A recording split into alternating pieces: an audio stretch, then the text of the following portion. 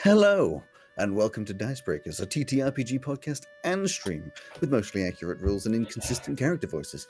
I'm Alex, your host and GM, and with me are Rowan, Mark, and Joe, my wonderful players. How is everybody doing today? Still thinking Hi. about Pokemon. Sorry. I've tuned out for the last 3/4 of an hour. What we do? Yes. No, I do have a question. Is it about Pokemon? No, why is Purdy not here? Why is Purdy not here? Yeah. Wrong answers Easy. only. She is she's gone to the M&M's factory and is replacing all the M&M's with Skittles.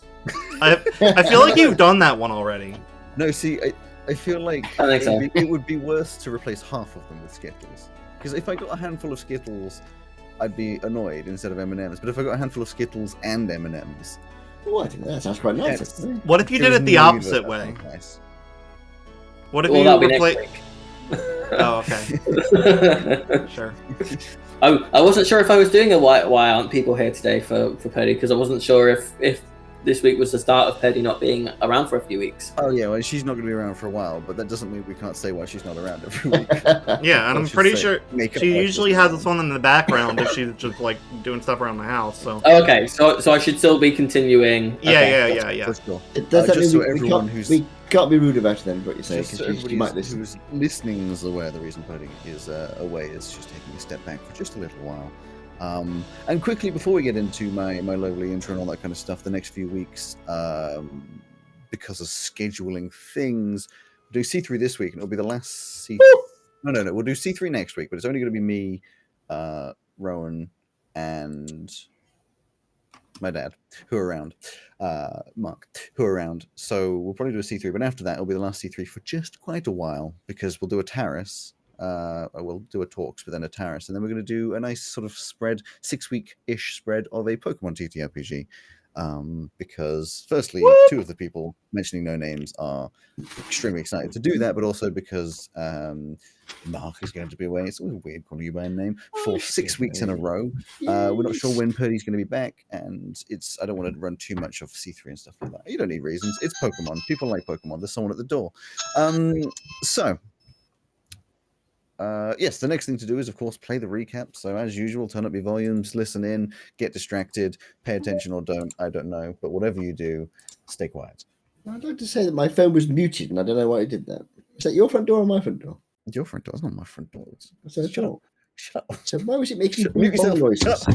I like how you say the most important part is be quiet, and then immediately a tirade begins. Just mute yourself. Right, as You I was can mutter to yourself in silence. What? Sorry? Oh my god.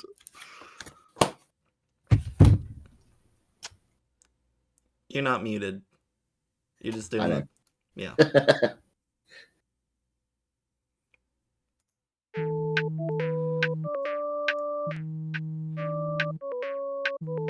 Oh, hello, Father.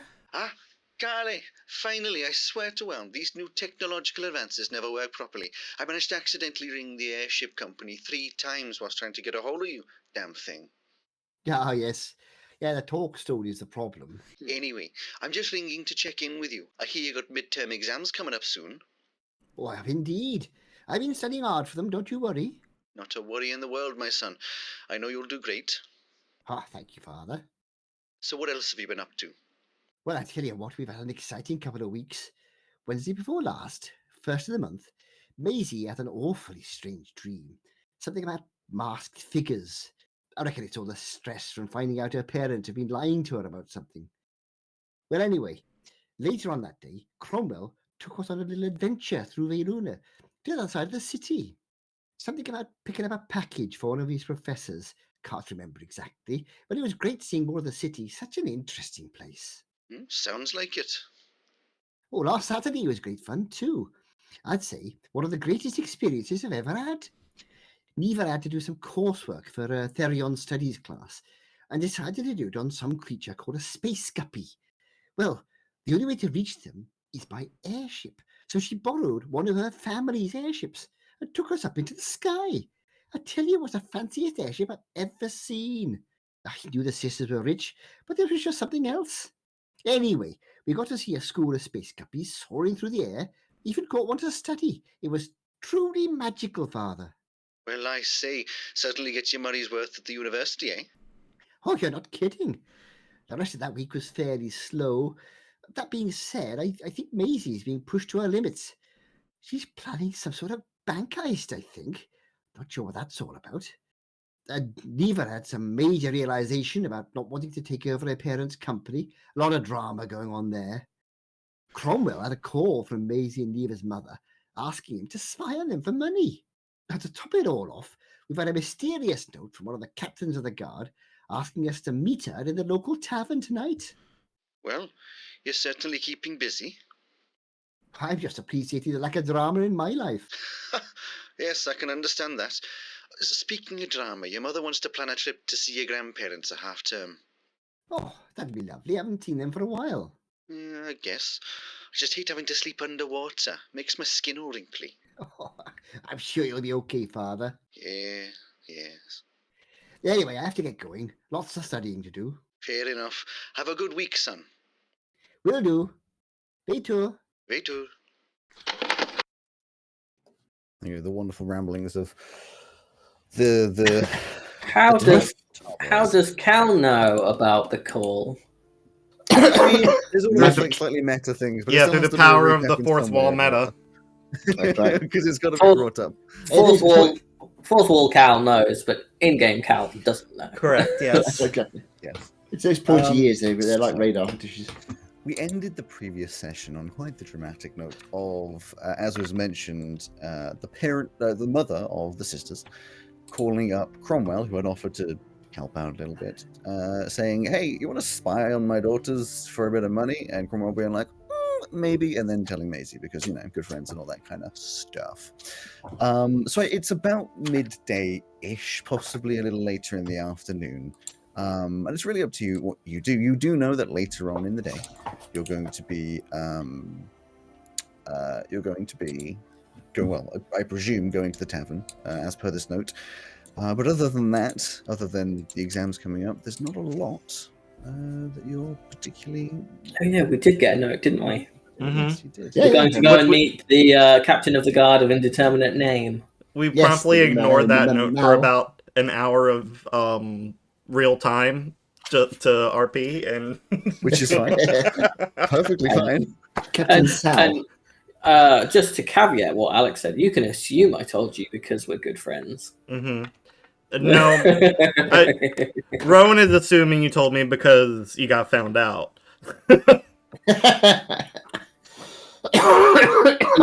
You can assume what you like. I will. So.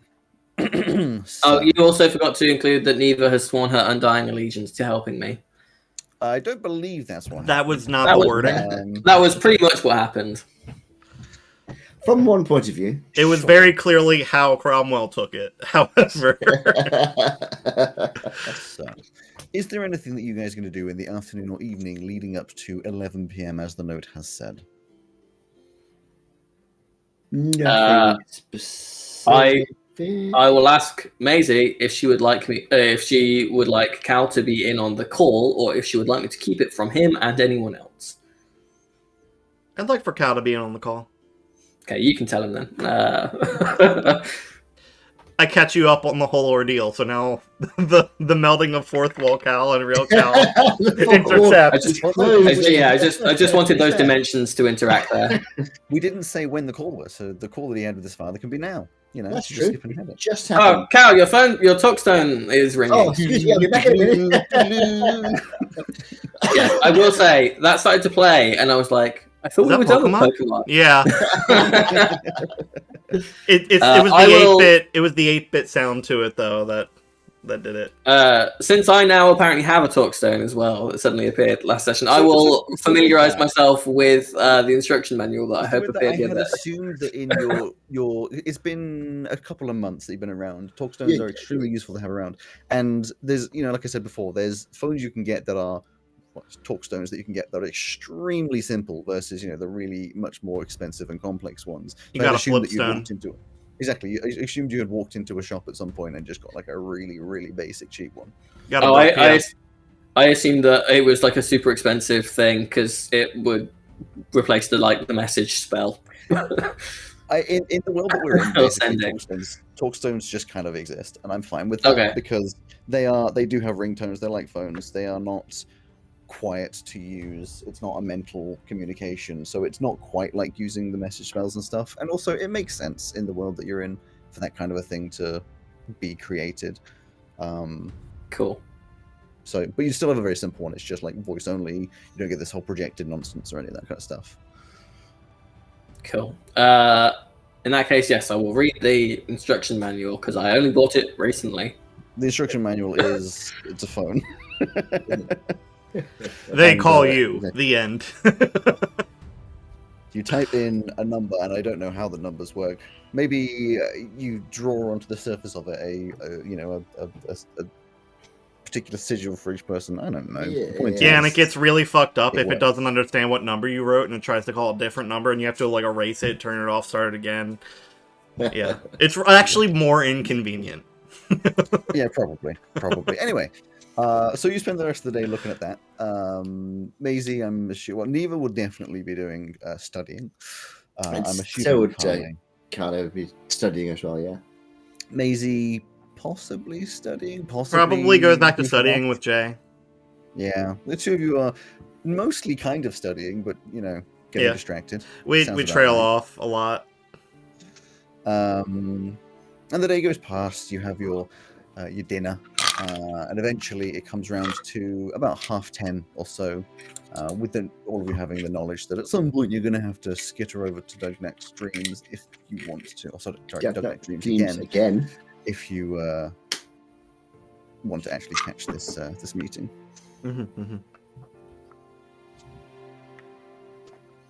Oh, time's getting on. I suppose you ought to. If you're going to meet up with Captain Sal, you ought to be getting out to the Dreams again. Captain who? Sal. Captain who? That's right. It says in my thing.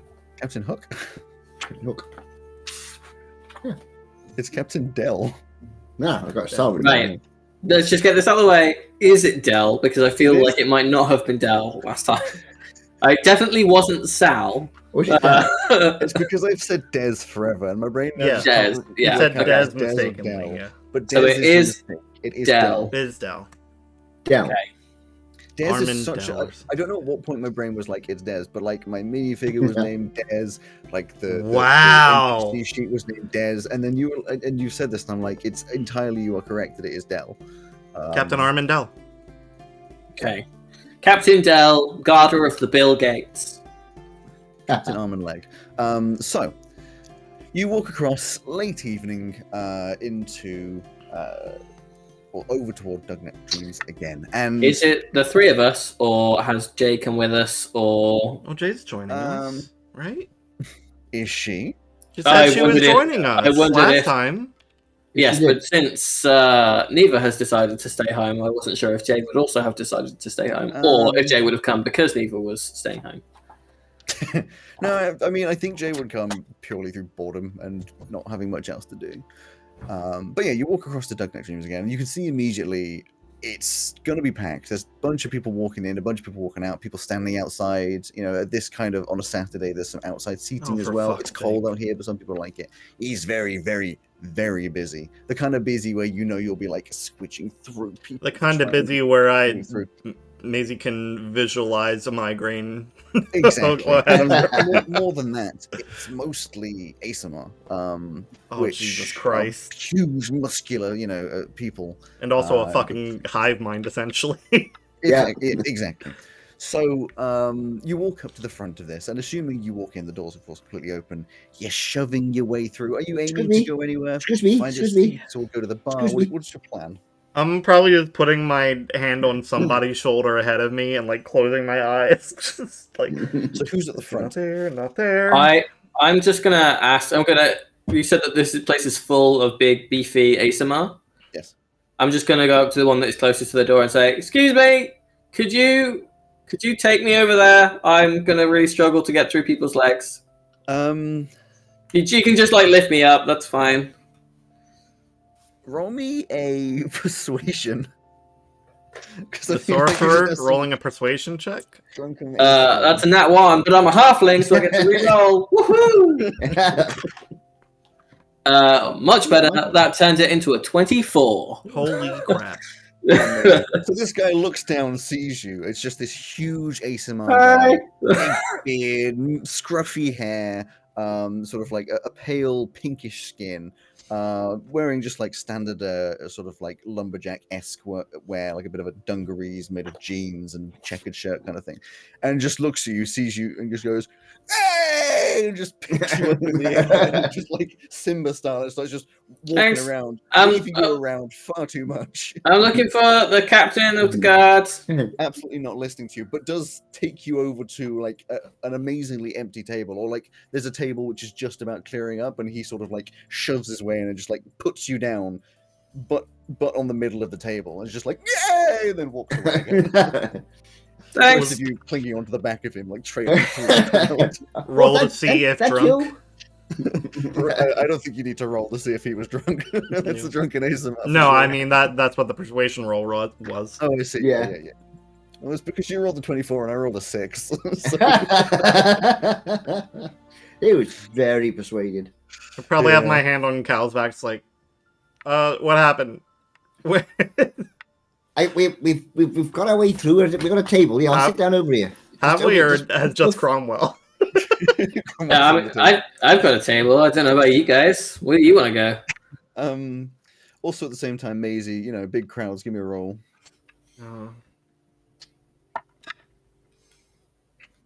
14. 14's not too bad. You don't immediately crack out with like a migraine pounding your head. You've learned to do a bit more control-ish. It's been a couple months of these sort of instructional things. It's not comfortable. It's very noisy inside your brain, makes it very cloudy and kind of hard to think straight. But at the same time, it isn't painful. It's just mostly annoying. There's no sort of audible individual conversations, a lot of just like noise, just like crowd noise of people. If you heard the odd word, it's nothing that's going to be anything in particular. So it's a little difficult to concentrate, but you're not in pain. You're right, Maisie. You're looking a bit distracted. It's all people. Remember? Oh, yes, the head thing. Yeah. Well, you sit down here. Don't worry about it for the moment. Just try and relax. Try and ignore it. You'll hear Cromwell's voice in your brain going, "I can't really hear you, so I'm gonna speak to you like this." Which is noisy in here. Please don't. You should go look for Dell. I'll stay here with the table. I can't hear you. Oh, you two stay here. I'll go and have a look. Okay, give me a investigation. I will make a link with Cal. Investigation with disadvantage, because there's just so many. Oh, with disadvantage. I just rolled a natural 20 as well. Sorry. And I didn't even hear you roll, Mark. This is amazing. 10. It's nice. It's average. We can't hear. Are you using the new dice roller? I'm not this time because I wanted to use the +5. So I have it open there. I guess I need to add a thing that lets you add. Hang on, disadvantage. Fine, it's fine. D20. You've done it now. Good, because it would have been 6. So. With a 10, you're trying to walk around. It's very difficult to walk around. Everyone's a lot taller than me. It doesn't help. Excuse me. I mean, you're about 6 foot, but I mean, there's a lot of. It's not all ASMR, but there's just like at least 50% ASMR, and they're all 6'4" minimum, and mostly taller than that, and big and wide and in the way, and they've all got their glowy halos as well. So it's just very difficult to see. But from what you can, as you're looking around, you can't see anyone that you think would be Captain Dell yet. That being said, it's not exactly 11 o'clock yet, so Well, I'll go up to the bar and buy 3 cheap drinks of some sort. Sure. I forget who mans the bar these days. That would be a question for Purdy. But whoever's at the bar just sort of looks at you, looks at the big crowd. It just sort of goes and grabs 3 ales. Yeah. Exactly.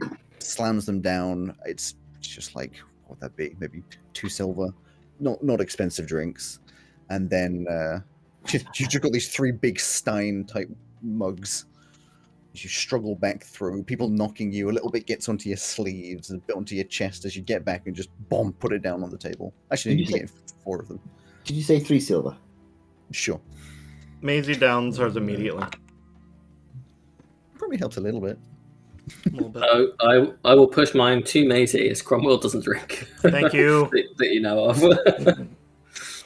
To go down, Jay's taking a big swig. I'm sure Carly is as well. Take about 5 minutes. Very nice. 5 minutes of difficult. It's not easy to have like a proper conversation, but eventually. Nice place, isn't it? No, nice place. No, the place is nice. Never mind.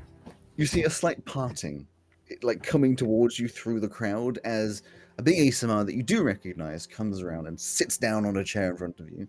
It is the mostly known to you at this point, Captain Dell, but she isn't wearing a guard uniform. It's just this sort of nondescript, usual casual clothing instead. She looks fairly smart, fairly neat, as you would expect she usually does. Maybe a couple hairs out of place, but she does look kind of tired. She sits down, leans across the table. It's just like, sorry for the dramatic approach, but I need to be subtle. Oh, I see. Okay. Those two things don't mean the same thing. She just looks at you, just like, it's done. For future Dramatic is reference, not subtle. for future Dramatic reference, doesn't- large crowds give me migraines. Noted, and apologies. It's just easier to talk when no one's going to be paying attention. You could have just come to our flat. That's so obvious. More obvious than meeting in this really crowded. Doesn't matter. Never mind. Yeah. What do you need?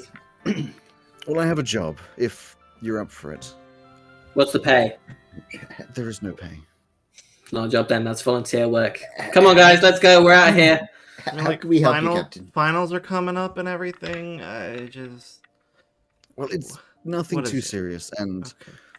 most likely no danger involved. In fact, I can't imagine a situation where you would be in danger. Okay. Oh, Cromwell trying to- was now, don't worry. I'm trying to set up a mission with one of my trusted crew, but to do so, we need to gather some information in a. It sort of leans in a rather less than legal way. Okay. Okay. I thought you It's were not- the non-corrupt guard. She's just ignoring you at this point. There's another captain, Derek Clay, who I think is dirty, but I need proof. The proof should be inside his office somewhere, but he has guards on duty 24/7. I already have my thief. I just need a distraction. But I need people that the guards won't recognize. I was hoping you guys would be up to the task. The plan is to hit it in 4 days on Wednesday.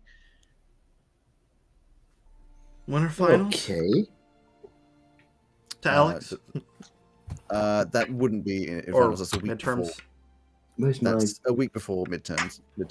Okay. So it's the 11th today, 15th is when this would be, and the 17th, which is a Friday, is the first of the finals. The next Yeah. week is Thursday.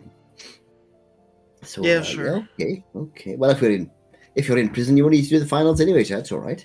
There should be no reason you'd be going to prison. In fact, I don't want you doing anything that would take you to prison. I just need you to distract these officers. Maybe 10, 20 minutes, just for my thief to get in and my thief to get out. Do you have any suggestions about how we could distract them? I mean, should we claim there's a crime going on, or what kind of people are they? Are they corrupt? Honestly, no idea, but I would suggest feign incompetence and act innocent. Your children, they will most likely at least offer some kind of help or tell you to shoo on. They're not going to arrest you, especially if you don't draw any weapons or even incite any kind of violence. Okay, right you are. I'm sure we can do something. So where else is this? I am not a child. No, It's but just you are again, very looks good at at you. distracting people. It just looks So, at you and then just looks away. I'm the best at it here, but I'm still not a child. And adults get paid for their work. That's what I'm saying. Yeah, but this is helping the police, isn't it? It's a civic duty, isn't it? Officially, this is not helping the police, it is helping me. I can't have this having any connection to the police, but I'm not going to force you to do this. If you don't want to do this, then you don't do this. There is no pay because I would hope that you have some sense of morality to help out the city. But if I have chosen the wrong people, then that is fine. Well, I'm happy to help anything to make the city a safer place. I would hope that is the result of these actions. I mean, some other corrupt guards were gonna let us die to those goons, so that can. It is becoming a large problem. Yeah. I mean, I would like to think that, if you see guards around, you can trust them. It's Some you can, some you can't. no, what I mean is, if by helping you, it makes it more likely we can have trustworthy guards, then it's worth doing, I think. Clay's office is over in Old Ingim, at the southeast, and she'll sort of note down some directions towards it. Just make sure the 2 guards outside are distracted for a bit, so my thief can get in and out unnoticed. Like I said, 10, maybe 20 minutes. Can I just do a little insight check to see if 100%. These are intentions that are actually good and we're not just being shafted? While that is happening, I'd like to say, so if we do this, there's no guarantees that we can keep them busy for 20 minutes. That could be quite a long time for a distraction. But, even though you're saying that we shouldn't, this shouldn't lead to harm to us, it is still distracting police and corrupt guards so that someone can go into their office without them knowing. So that is not risk-free. So if there's no money for it, why don't we just say that you owe each of us a favor that is within your power? That's what we're doing for you, after all. It disappoints me that you feel this needs to be done with some sort of payment in mind. If you are desperate, then I will find a way to pay you, but I will not give you a favor. If this is your way forwards, I do not trust that your intentions will be good asking for a favor from me in the future. I'm disappointed that the captain of the guard can't expose a corrupt guard without, having to resort to something like this. And I am not the captain of the guard. I am a captain. Yeah, a captain. You should be able to kind of expose corruption in the ranks without having to resort to this. So that's not great from my end. Well, from my point of view, we do not know who is corrupted and we do not know who is clean. It is almost impossible to know these days, so I have to take some actions into my own hands. If we have proof of corruption, I can take it to certain people that have no option but to expose these kinds of things. I personally, you don't owe me anything because you've already saved our lives once, so we owe you. Very kind, and I don't expect you, looking again at Cromwell, I don't expect you to understand necessarily the reasoning or anything behind this. As I said, if you wish to not do this, I cannot force you to do anything. But if you really desire some sort of payment or another, I will find some gold. It makes its way into your pocket. Yeah, that'd be great. 22 on the insight check. 22. You can tell that, especially with like this exhausted face, it's mostly desperation and definitely good intention. There's no lies coming out of her mouth. At the moment, you can tell she is extremely disappointed with Cromwell's reaction. Well, that's obvious. No check needed for that. But yeah, you don't get any, not even the slightest hint that this is a lie. She's being very open. Yeah, like I said, she just has this very disappointed face at Cromwell's okay, my thief is called Yala. They'll meet you on Montover Street, just a couple of roads away from the location. The best time for it would be later in the day when it's dark, so 10 p.m. or so. It sounds silly, but you'll need a passphrase for Yala just to make sure everyone is who they say they are. The phrase that you will give will be, "It's a nice day for a boat ride." And the response should be, "Yes, but it's meant to rain later." Boat ride.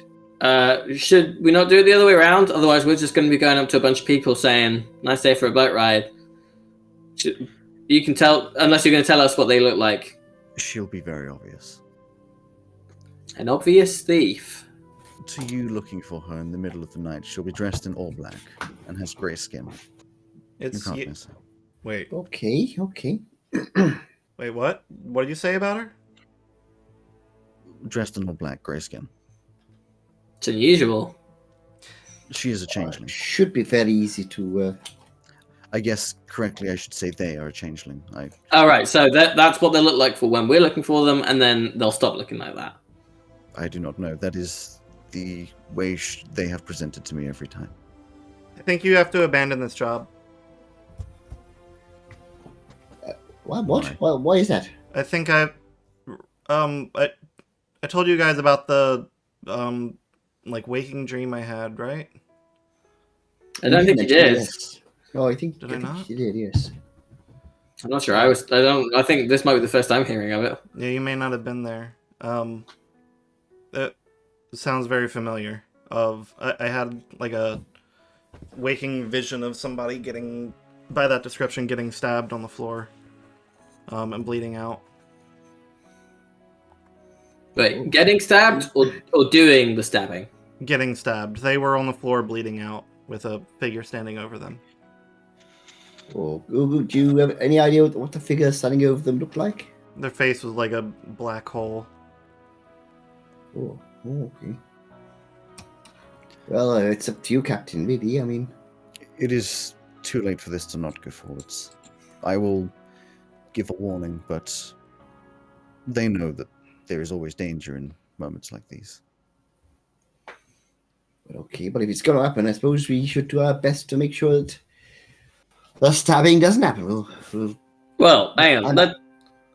We don't know that this is going to happen. Maisie, who gets headaches from being around a crowd, had a dream that someone with grey skin got stabbed. That might just mean that, Maisie's a bigot internally. That doesn't mean it's a prophetic dream. Bit of a coincidence, though, isn't it? No, because I'm sure plenty of people have grey skin. Can you just tell them to arm themselves as well? Like, arm They will, themselves, of course, be armed. like, better than they would otherwise, though. But As were they if prepared stabbed for in the- combat, not just theft. Were they stabbed in the chest, did you say?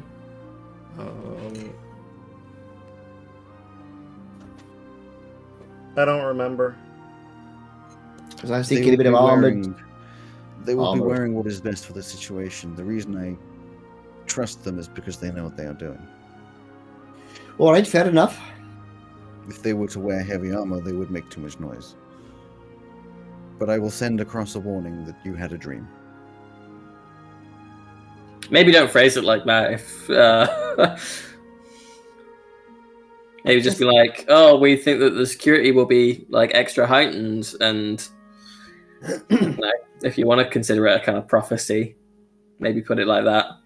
But just saying someone had a dream is a bit vague. I'm sure the captain knows how to do these sort of things. I would hope not. This is a crime that they're organizing. So what's the back half of the phrase we're supposed to get from Yala? Yes, but it's... Gonna rain later. Yes, Yes, but but it's it's gonna... meant to rain later. Yes, but it's meant to rain later. Okay, and then as you sort of clear up those final details, she says, "Good luck," and then just stands up and disappears into the crowd. You can see the sort of gap appear as she, walks off and Well, eventually makes it to the door, you that's assume. interesting, isn't it? Yeah, super suspicious that a cop wants to become corrupt so that they can expose corrupted cops. No, I think I can see it. I Whether can see it. I mean, she's becoming the thing she doesn't want to be or not, she believes her intentions are true. I mean, I had some exposure to sort of internal politics, not normally with knives and things, and people can sometimes have to take, shall we say, circuitous paths to get to the truth, to get to the right answer. I can see it. Yeah, people doing that, I'm not necessarily against. I just would prefer that was acknowledged, that was what they were doing, and then do it properly. If you're going to compromise on your principles, see it through. Do the full job. Pay your workers. Well, not everything's about money, is it? Yes, everything is about money. Agree to disagree then, I suppose. Where I come from, it's not really about money. It's more about quality of life, I suppose. Look at all these people. We've got a really good quality of life while they're in here, but it's only because they can buy it. Oh, I'm not saying that you don't need some money, but not everything's about money. Everything's about money. Well, everything is about money in so far as money is a means to an end. Money is a means to an end, but not the only one. No, there's also incredible violence, but that's fine. Money is the better one. James like, I like the incredible violence. Anyway, like you, James, we're gonna get along just fine. Do you have money as well? Absolutely none. Inside check, if I may. Sure. You're always welcome to inside check. That is merely a 12. You can't really read her. She has this sort of jovial look on her, so it could be a joke, it could be an ironic joke. Absolutely no idea. Yeah, But you it's got most money. certainly a joke. You're a Kugaromanian princess or something. Print? Sure. If you want to believe that, then sure. Yeah, Kugarom has like a royal structure, doesn't it? As an emperor, not a There you go. structure, so It's got an emperor. That means emperors have concubines and stuff, and an emperor who concubines is have kids. pure dwarf with pure dwarf children. Well, wouldn't that be embarrassing if there was a child who was not pure dwarf? That sounds to me like someone you would smuggle out of the country and sent to be educated somewhere else. Cromwell, the only embarrassing thing here at the moment is you. I didn't say it was something to be embarrassed of. That would be an awesome history to have. You literally said, wouldn't that be embarrassing? No, to the emperor, not to you. It would be cool to be the illegitimate child of an emperor. Not that I would know. He'll look around furtively. Yeah, I'm not saying you're an embarrassment. You like incredible violence. That's not embarrassing. So, just let me know when you want to go get revenge on your father. Sure. Wait, Kugarom's really hot, isn't it? Yes. Bits of it. Okay, well, give me some notice. It's not all hot. I thought it was in the north. Kugarom stretches north and south. The northern part's very hot. Geifroom, which is like the lower section, but it's still pretty north. Like comparatively to here, it's warm. You'd be getting for a nice warm. Yeah, it's warm, but it's not. I've been up into some bits of Kugarom, and right up north is very hot. Obviously, you should be listening to the one who doesn't come from Kugarom instead of the one that does. Yeah, it wasn't that suspicious, eh? I know. We're right next door to Kugarom. We have lots of trade with them. Well, you're from. Where are you from? Lesbian. But I'm from like the other side of Kugarom. Yeah, but I know where Kugarom is. And I know that bit up north is very, very hot, and the bit down south is not so hot. Still warm. Well, it's warm. I've lived there for. It's not as warm as Lesbian. So I know how warm it is. I've been there. Whatever. So where is it that you're supposed to say that you're from? Who? You, Jay. I'm from Geifroom. I don't know where that is. The easternmost part. The bit that used to be Gen like 200 years ago. Oh, Gen. Oh, yeah, no, Gen. Okay, that's fine. Gen doesn't exist. Yeah, Gen hasn't existed for like 200, 250 years. Yeah. Or something like that. Well, so, that's how I know about it, because I'm the descendant of the Emperor of Gen, but I'm in hiding. So we could have had that in common. That's interesting. I thought Gen was populated by elves. It's absolutely incredible that there's so much noise out of your mouth, but none of it means anything. And that's just the way I'm going to keep it. I'm mysterious, Jay. You'll learn this about me. You're an idiot. Well, mysterious is one word for it. Is that what I want you to think? It's all mind games. I'm 10 steps ahead. Well, you should probably 3 step a little moves behind. fast. I'm going to leave now. I'm in your head now, Jay. I understand you. I see your motivation, and I approve. All right.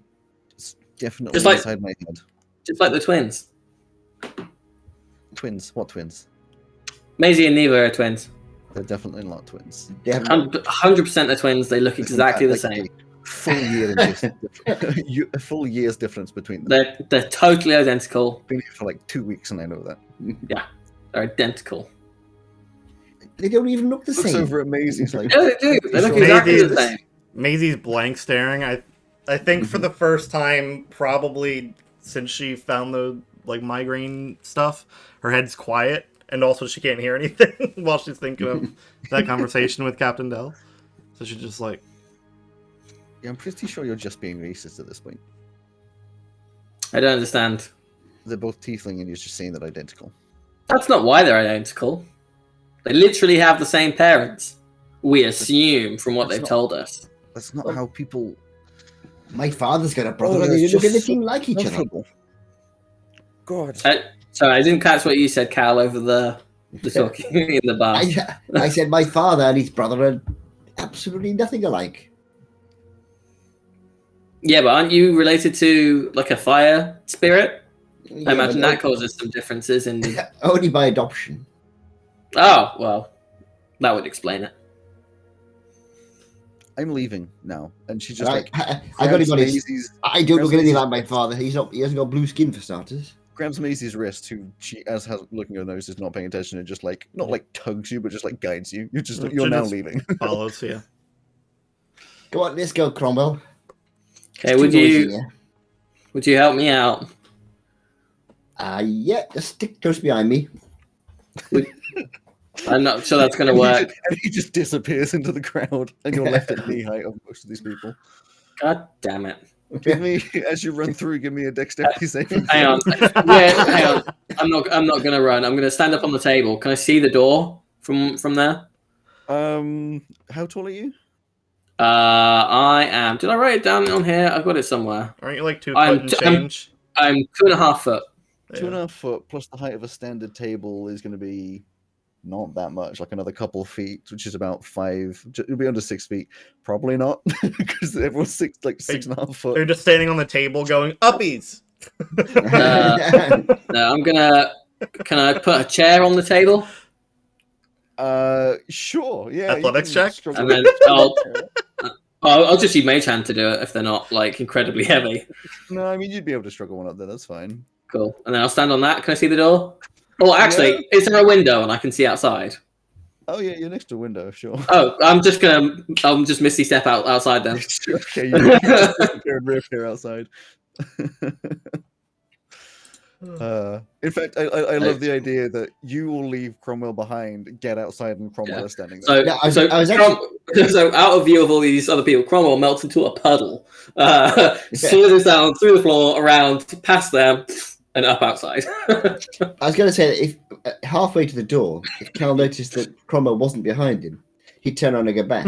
And then he's I'm gone. I'm gone. Yeah. So for the next few minutes, he'd be going around the legs trying to work out. Cromwell, where are you? Are you all right? And then outside is Jay, who is obsessing, or not obsessing, Jay, who is like a little aghast that Cromwell's outside, a little confused. Maisie staring into the distance. And then eventually, step outside. Eventually, Cal will come outside. Oh, there you are. I was trying to find you. You know, saying, that's right, Jay. I'm everywhere. I'm in your mind. I wasn't kidding about that. I'm under your skin. What number am I thinking of? It doesn't matter. You're thinking. Can I try to see would what enjoy you a think, waffle. Okay, yeah, go for it. Amazing, amazing in a roll. What's Cromwell saying? I'm saying you're not thinking of a number. You're thinking that you'd like a waffle. Natural 20! You got a 20. So she looks at you with a confused face, and Maisie, not even thinking about it, you just hear in your mind the number like 17,346. And just repeat it as it's coming into my mind. And she just looks at you like, the fuck? How do we get For outside? clarification, that's the number I was thinking of. And no, I don't want waffles. That's right. Once you're in the gang, you can do that too. Called misdirection. But you didn't know what I was thinking of. But as a group, we achieved the objective. You just said that was the number. You'll get it. You'll get it. Once you've been around a little bit longer and you've nearly died with us a couple of times, you'll see how it works. Yeah, it sounds like maybe dying may be closer than we think. You really are like stuck on this whole like dream thing. Like, and I'm not trying to discount that like it means something necessarily, but like you have no proof it wasn't a dream. No, but also it's the first time it's happened, and it's a little weird that it's lining up like this. Well, I tell you what, we'll by the end of Wednesday evening, we'll know whether or not it was a genuine prediction or not. I might be Done quite the best you can. You've given a warning, and that's about as much as you can do. Yeah, think of it like a litmus test. If you're right, the worst that happens is a thief dies in the police's office, which, you know, I imagine that happens semi-regularly anyway. That's what would have happened had you done nothing to intervene. But if you're wrong, then everyone's fine. I guess. All right, we'll head on back. You've done all you can do, which is what anyone could do, really. You know.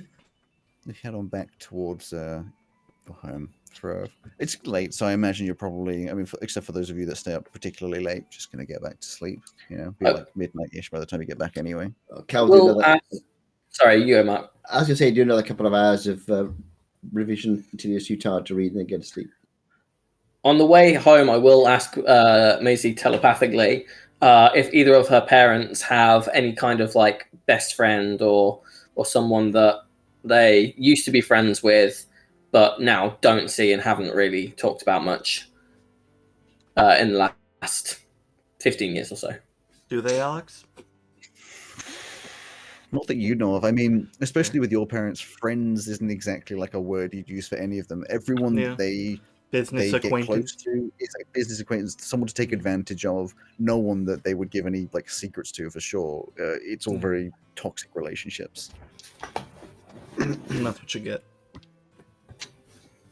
Interesting.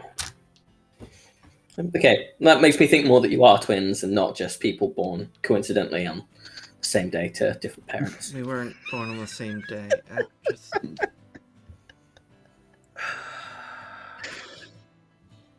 Cromwell's got the extra special blend of insufferable this evening.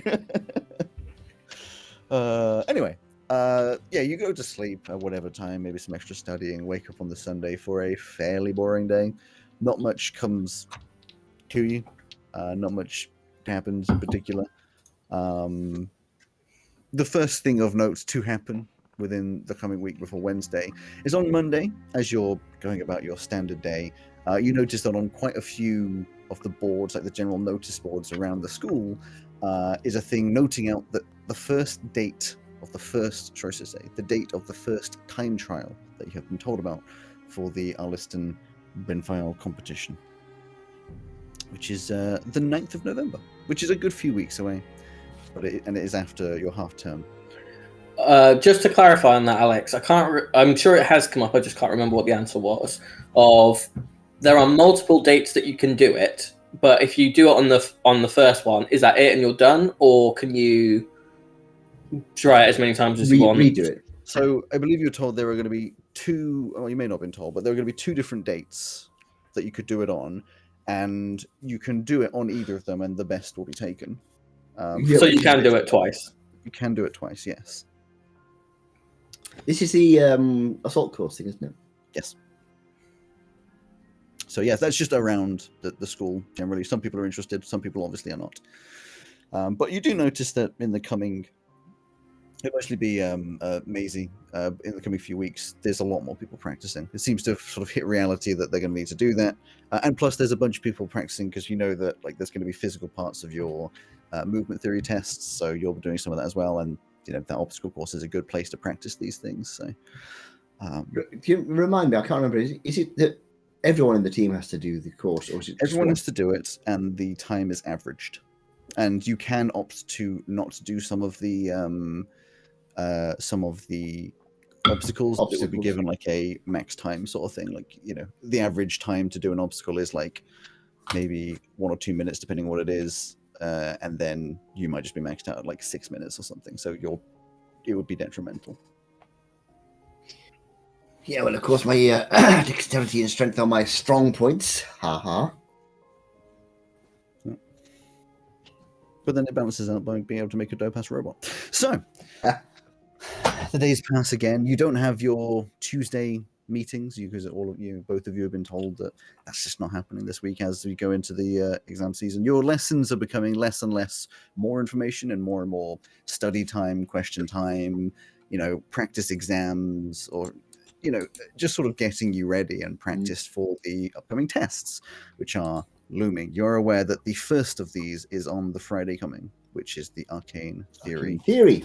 I have a feeling Maisie's practicing at the assault course more than she's studying.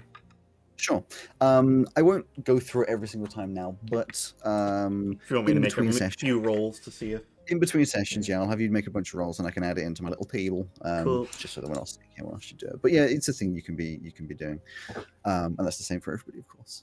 And eventually, your Wednesday rolls around. You go through your usual day. A lot of you end up the day fairly early because you haven't got lessons the whole day, and it gets to evening time. You've been told you'll be meeting at about 10.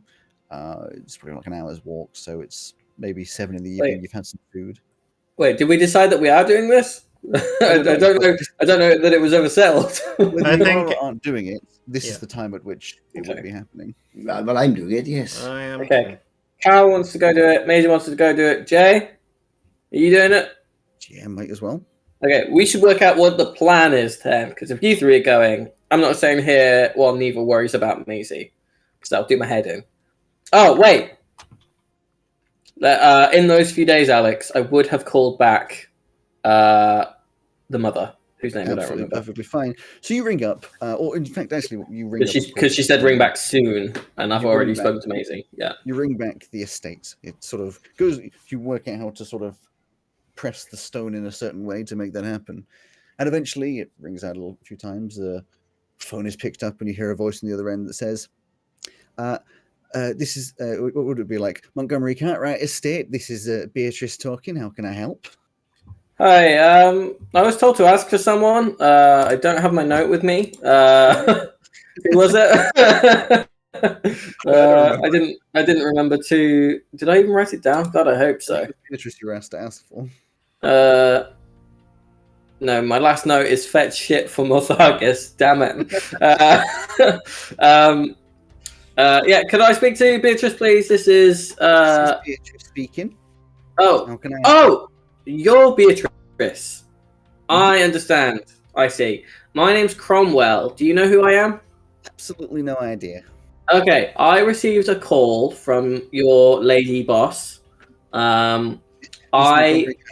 Miss Montgomery Cartwright?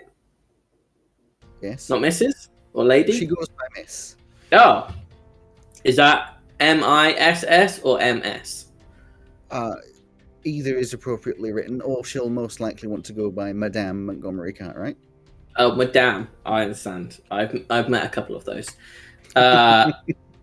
So, although they went by Madam rather than Madame. Never mind. I live with your girls. With Neva and Maisie. Oh, right. I think I was warned that you might phone up. Yes. Would you like me to pass a message on to them? Well, I have the authority to talk about the subject in matter. Okay. Obviously, I'll do it on the sly so that they don't know. But would you like them to call you because you raised them? I mean, you're their mum. I'm their nanny, just for clarification. They speak very, very fondly of you, and you raised them, right? That was what they said. I have done my part in raising them. Yes. Yeah, they like you a lot. That's good to know. Do you want them to call to be like, "Hi, how you doing? Uni's really good. I love Cromwell." Exactly, expected or appropriate for them to be calling me. Oh, it's weird. Anyway, yeah. Do you have the updated details? I was kind of given a job offer. The terms weren't quite acceptable. Do you have the update? Well, as far as I was aware, we're mostly waiting on you to either put through a new offer or accept the old one. Oh no, it was that she was supposed to come back to me with a new offer. It wasn't supposed to be me coming to her with an offer. Well, you're the one phoning. Yeah, it was. She said call back in a few days to see if I've got a new offer. That was it. She was going to have a think about it. All I know is that you've been offered 2 gold. Was it 2 gold a month or a week? I can't remember what I said. 2 gold a month. 2 gold a month to be looking at our girls and reporting back. Okay. Well, I was under the impression that she was going to come up with a new offer. That was why I was ringing. I'm afraid I can only give you what I know, sir. Okay. Well, what's the budget for the job? Well, the offer is 2 gold a month. Okay. Make it 20, and we've got a deal. 20 gold, sir. That's not going to be. You're right. No, you're right. acceptable. I'll be reasonable. We'll compromise at 10. We'll meet halfway. I'll offer you 4 gold a month, sir. So there is room to go up. Excellent. 8. 4 gold a month, sir. 5. 4 I've come gold a down. month, sir. I've come down way. You've got to compromise with me here, Beatrice. I like you. I appreciate You've what got a you're good saying, reputation. but there's only a certain amount of leeway I'm allowed to give, and I do not make the financial decisions here. No, so I need to know how much leeway that is. 4 gold a month, sir. That's the most you can do. 4 gold a month, sir. Insight, if I may. Sure. 4. She's telling the truth. 4. It's a sign. I mean, she's telling the truth. That's all you can tell. It's over phone. You don't know how to, Okay. We'll go with 4, and then there was also the part about I've got to call up every night. That's not feasible. That's not doable.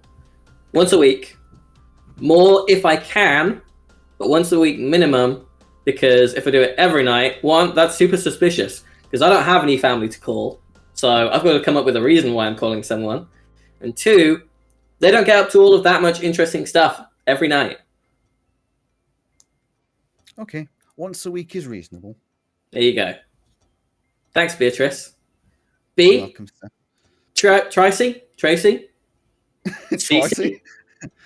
Beatrice is her answer. Yeah, but what do your friends call you? Well, I wouldn't say necessarily we're friends, sir. This is a business contract.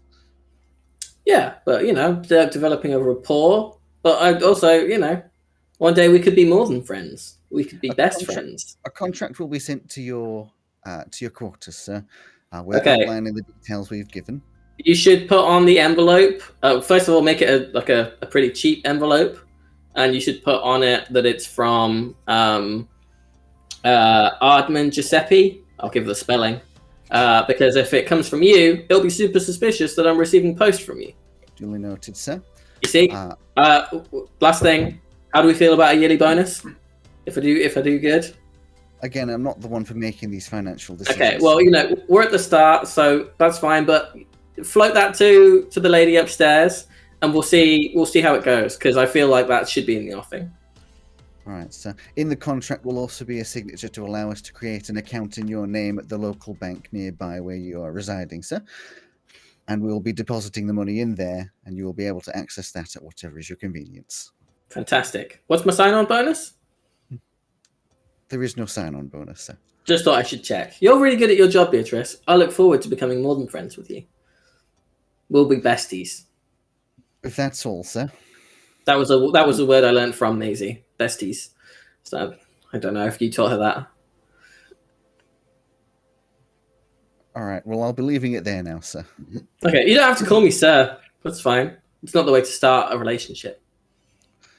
Thank you for your business, sir. You're welcome. I don't know how to hang up. There's just no noise now. Okay, I'll have to ask someone about that. Where's my manual gone? Certain things you have to do to hang up a phone call. There you go. Hang up. Okay, I think I got it. Oh dear. Now I'm gonna make a note of that. 100% increase. That's how you bargain, fellas. 100% increase on probably like 1% of the maximum they were actually willing to pay. Yeah, you were pretty low on that, didn't you? I did what I could. Yeah. The rolls deemed that's good. otherwise. It's alright. I, of course, have the blackmail of I can tell them that I'm just going to tell you, so... And even though you already have. Yeah, but they don't know that. Yeah. I mean, you've just got 4 free gold a month, so... Well, it's not free. It's free. Yeah. And Neva's going to make me the CEO of your company. That was what we discussed last time. You have a job, and just having the job means you get free money every month. Yeah. You have to do a thing to get the money. Well, I don't know. It sounds like, yeah. Well, I guess making a call to our parents is kind of a job, so... I know the feeling. So anyway, it's Wednesday. That conversation would have happened at some point. Yeah. And I got to call it BT anyway. That's what I'm going to call her, if I remember. BT? BT. Beatrice. I don't like that. BT phone Cromwell. BT phone Chrome. I'd say that within, so it's now on the Wednesday. I'd say possibly, I mean, if you've made that phone call on like the Sunday or whatever, because you know you'd already spoken about it. On the Tuesday, on the table, as keeps happening with letters, mostly because you keep talking to rich people. There's just like an envelope. It just says to Cromwell, doesn't say who it's from on it, of course. With the Montgomery Cartwright seal on it. There is not the Montgomery Cartwright seal on it. That is some sloppy work. You know, you're given an instruction. I guess they don't care that much about these calls. Sorry, Macy. I guess more than anything, people tend not to put who it's from on the envelope. That is true. More suspicious. Maisie, you want to see what's on this, or are you happy for me to just go about my business? No, I want to see, yeah. Okay, well, you stand outside the room in case it, like, holographically projects what's in the room to them. And because if you're in the room when I open it, that's going to look real suspicious. Okay. Yeah, I'm just in case it's, like, just in case it's a message of, like, they pop up, like those phones. Okay. Don't think that's going to happen, but sure. Okay. Well, I don't know how rich people communicate. So far, it's been very confusing. Usually over phone, unless they're doing some shady shit, and then they probably don't include high-tech stuff in the letters. Okay. Go stand outside. I'm just picturing this happening. So you're standing inside your room with the door open, chatting, and Carl is sitting in the common room with a book trying to revise, going, "What are they doing? What are they? People have such complicated lives." You open up the letter, and it is in fact. And I go. The envelope is one of those like shouting letters from Harry Potter. No, that's what I was kind of worried about. I was thinking of the one from The Incredibles. Yes. Scan what's around. You open it up, and the envelope is fairly low grade. The contract inside, is fine quality paper. And does have the Montgomery Cartwright seal. 100% it does. It's like an official contract, a few pages long, which it somehow puts like what should be 2 sentences into like paragraphs and paragraphs. And it's the OGL. Give me some sort of intelligence base. Let's go with like an investigation roll to see how well you understand what the hell this says. It's only a 9. Hey Neva, you should come and take a look at this. I'll ask you to roll for Neva, or I will do a roll. At your initial look, you understand the bits that say the bits that you talked about. You'll be paid 4 gold a month. You have to talk to them once a week. It does in fact say on here on Sundays. What to call them? Yeah, but it doesn't. Like the rest of it is all this like jargon that you really don't know what the hell it's saying. It's sort of just like extra complex and a bit OTT. Okay. I would not be signing it at that point then. I'll roll for Neva, but I don't know her pluses, so I'll just tell you the number. +8. Natural 20, baby. Well, I would do this, but apparently I love this hollow metal dice. It always rolls well. that was natural 20 anyway. It's probably completely unbalanced. So Probably, yeah. the details aren't actually too scummy. It gives them a bit of like control over being able to cancel this contract whenever. It doesn't allow them to do things like change how much they're paying you, and it does say like if they decide there isn't sufficient detail per week, then they can they can and will cancel out a contract. It also adds in that if you are to like if they find out that you've told the girls, then they will also be cancelling the contract, and there will be a fine in doing that because you're not supposed to be telling them in those cases. And the fine is like 10 times however much you've been paid up to that point.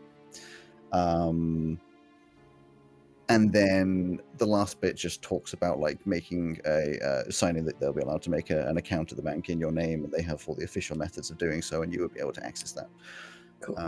I'll call BT back on a different day to talk about it. Sure. But that's what it outlines. So it is the Wednesday, and it is the evening, and it is close to a time that you would be. And getting back to that conversation you were talking about, where you might want to come up with a plan. Maisie's wearing funeral attire. It's fucked up. So yes, what do you? All right. Well, I mean, I've prepared a couple of spells that I know just to I don't really me know too. about this. I've got a sort of thing I don't do very much, but I can do, which is I can make make the ground shake or make a little noise appear, that sort of thing. I've also got a little spell I can only do the once, though, that or maybe twice, which creates a lot of water.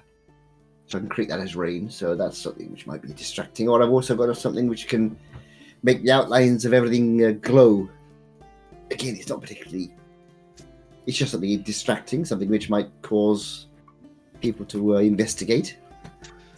What if we go with something similar to what Cromwell did at the warehouse, though? Because that worked. Well, that worked very well. Yes, yeah, it did. Jameeth speaks up and says, "I'm not sure what you did. Obviously, I wasn't there, but there is a certain thing that I can do that I don't really show anybody, but for some reason I trust you people, which may be helpful in this situation." Reveal unto us your secrets, Jay. Yeah. Don't be too freaked out.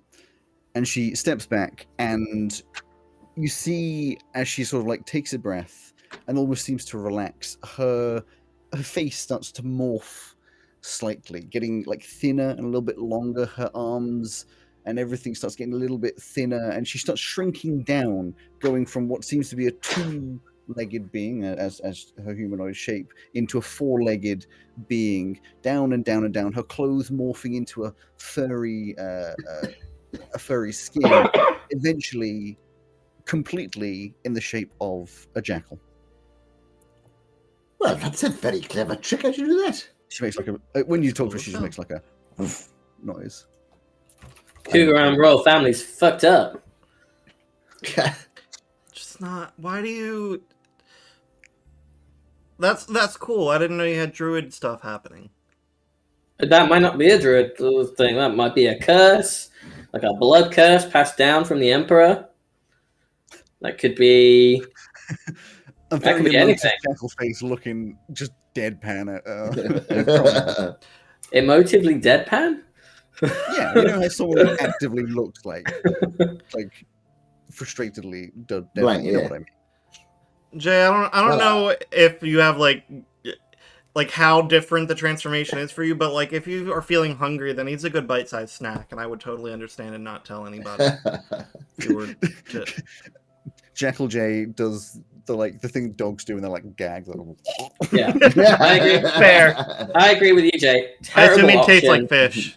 That's how you know someone has never had to hunt for their own food. And then she sort of starts to stand back up, transforming and morphing back. There's a little sort of like the sort of like weird expansion as she gets back up into her normal form. It's like stretches out a bit, like, oh yeah. Is that only for as long as you can do that for? I can do that for as long as I want to. Okay. And is it is it a magic-y thing of like you do nature stuff, or is that just something that you can do because you're cursed or whatever? Just something I can do. Not. Oh, I've always been able to do it. cool. That's very impressive. Is Very it just a jackal? Just a jackal. Interesting. So what do we think then? So we go to this I think location. the there's only best a couple of guards distraction would be Jackal J mauling Cromwell. Jackal. Just like a fake mauling. or 'Cause you chasing can- maybe, because they could then if the guards chase after. Well, 20 minutes. Hang on, 20 minutes is a long time. Okay, I think this has got to be a multi-pronged, multi-phase approach. So, first person. Oh, there's a jackal over here, and I need help. Or I've lost my pet jackal. Two people We're not going with pet distracting jackals. one guard. Second person comes in. Oh, I'll do that. Oh, I've lost my mum. I can't find her. Will you help me? Whatever. And then third person in reserve if either of the first two prongs fail. So let's say Cal, for example, and you can go in and be like, I've just found a dead body. Oh my god, I can't believe it. Something like that. Yeah, we could do that. I mean, that's fair enough. As I say, if they that'll be a great way of getting them away. If you do it as a chase, maybe you'll put them a little bit further away, and then if they start to come back, I can do something like I can make one of the alleyways glow and make some noise up here. Maybe they'll go down there and investigate. Oh, oh no, that probably would make it worse. I was gonna say I could do like the only partially lying thing, where I can go up to one of them and be like, I had a vision that you're going to die tonight. You should go home and say goodbye to your family while you still can. I think too easily interpreted as a threat. True. That is true. Yeah, that is true. I thought it would more so be that they probably call for backup if I do that, which is why I wouldn't. Well, that's true. That. Yeah, that is true. Well, I mean, you're just like one person though, so is one guard going to be threatened by? Well, no, offense, that's more so if they were to believe me, and they were like, "Oh shit, well we should get some backup to make sure that doesn't happen." I'd be very surprised if they believed you. Okay, we get it. You don't believe me, Cromwell. I didn't say that. I said we should consider that it's not a prophetic dream. What I'm saying is a guard outside a commander's office in an area of town at night probably hears that they're going to die a fair amount. And a girl walking up to them being like, hey, I had a dream. You're going to die. Go and say goodbye to your family. It's probably not A, uncommon, or B, all that frightening. I feel like that would be pretty uncommon, unless prophetic dreams are common in Veluna. But whatever. I don't want to do that plan anyway. It doesn't go well no matter which way, so we can ignore that. Well, let's start off with the jackal chasing the baby thing, and we'll take it from there. There's a baby? Well, yeah, when did the baby come into it? I thought last time didn't Cromwell disguise himself as a sort of a child and.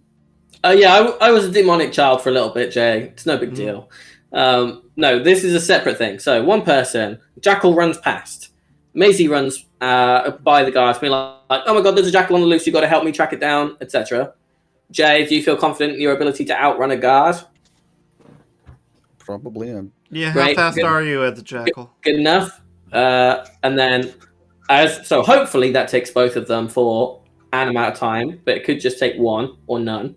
If that doesn't work, then I come along as a child, a regular child, not a demonic child, and be like, hi, I've lost my mum, can you help me? And that will hopefully distract them. And then if that doesn't work for long enough, that's when Cal, you come along with whatever. And then at the point that each one fails, the others can regroup and then do something else later. So like Jay, they wouldn't have seen you. You could then go and try something, presuming you haven't been, taken to a butcher's shop. firstly, the jackal can run 40 feet per round, so slightly faster.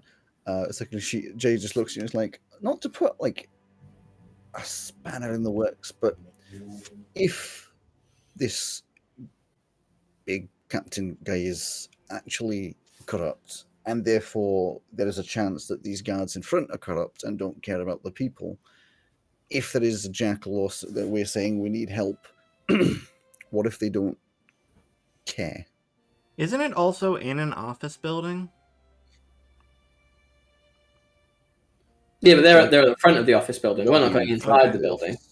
Okay. I was going to say it's a little weird if if they're discarding one door in the building and then we run by with the jack. Like, how did the jackal get in the building? And yeah, but not that. That's why that's not what's happening. Yeah. Because that would be strange. Yeah, that'd be very weird.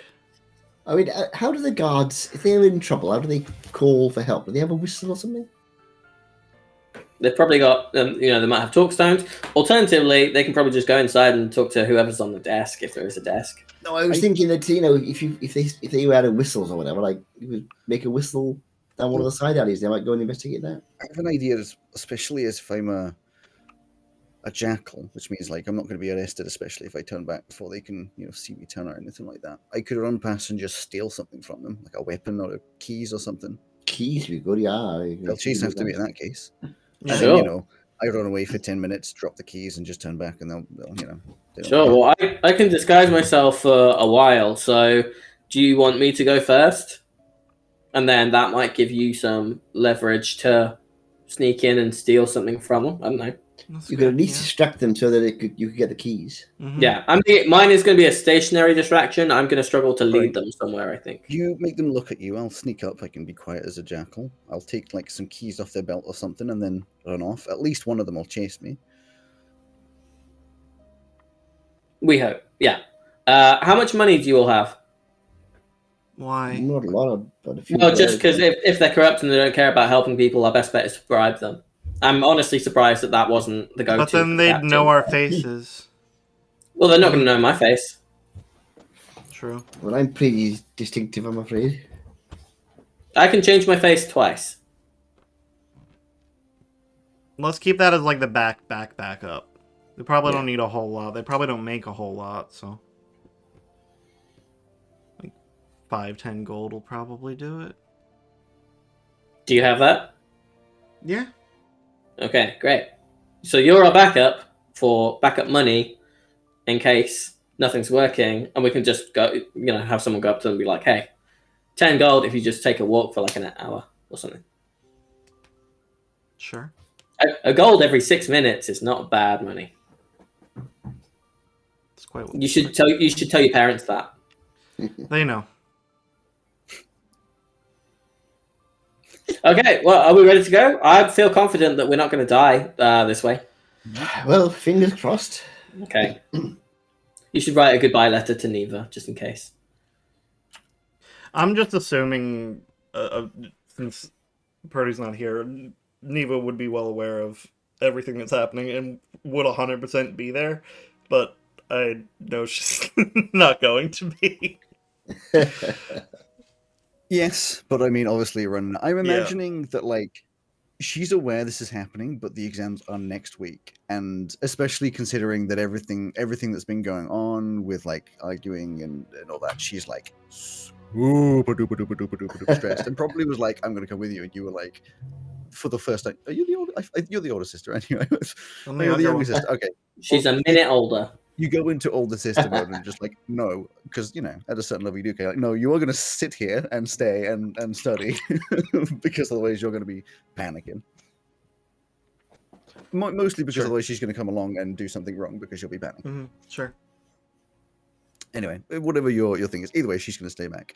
To getting there isn't that. It's like half an hour's walk. It's not that far of a distance to go. What kind of like affluency are we talking about in this area? It's the same area as the mall, so it's a slightly more affluent area, but not like hugely rich. But the area that you go towards is a richer bit. You can tell that the houses you're around houses, so you're going to presume that this is not an office in an office building so much as an office inside of a House. Inside of a house.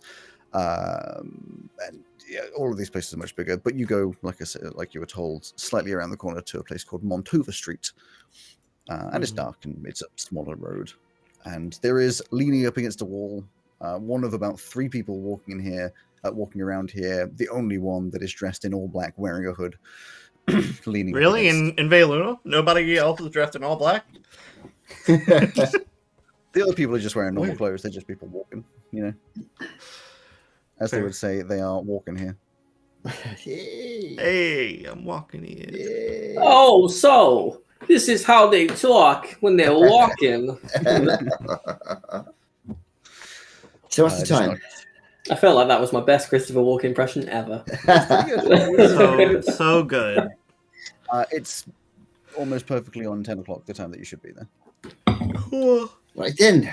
Okay. Over to you, Cromwell. Do we not want to go tell them the thing? Maisie's walking up. So the hooded figure leaning up against the wall, you can tell that they've got a fairly fit body, not big and muscular, more athletic body. They're not massively tall, but like in the higher end of the 5 foot. Should I make any kind of check to recognize? Well, they're literally just wearing like all black leathers, and a big hood.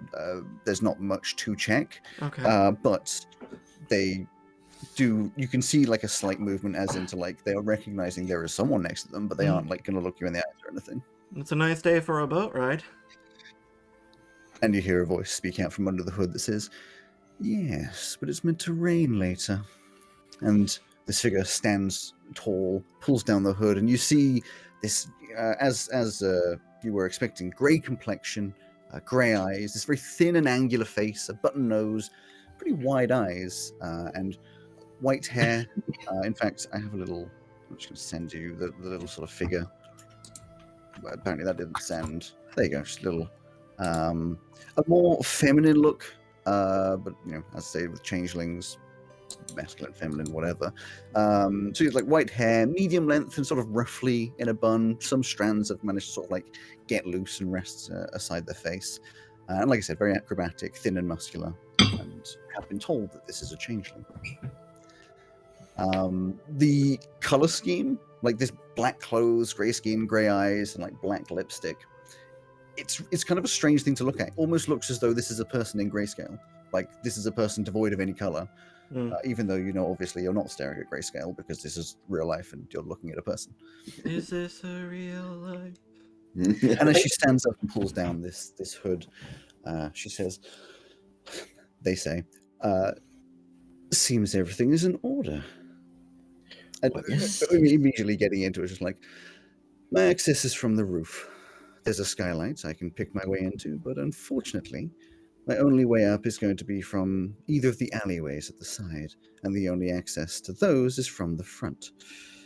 I don't care how you do it, but bring them away from the front. Keep them looking away from the house. Once I'm inside, give me 10 minutes, and then look for a dove flying from the rooftop.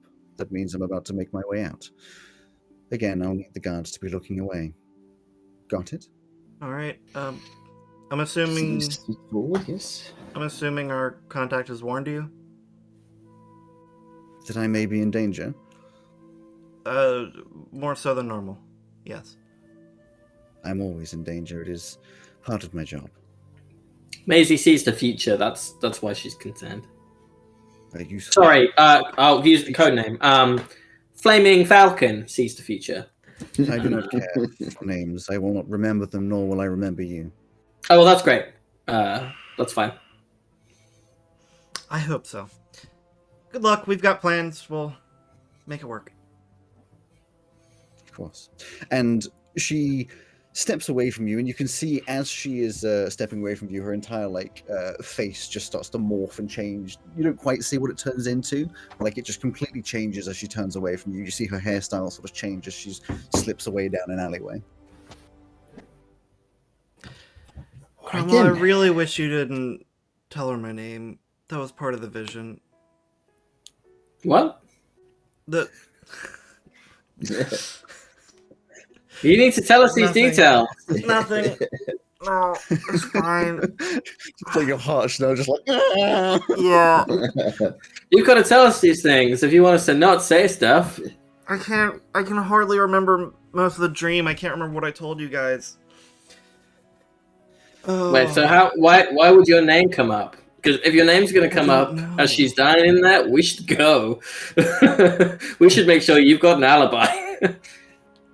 I think if we're going to do something, we should do it now before she, gets caught. Okay. Yeah. I will disguise self.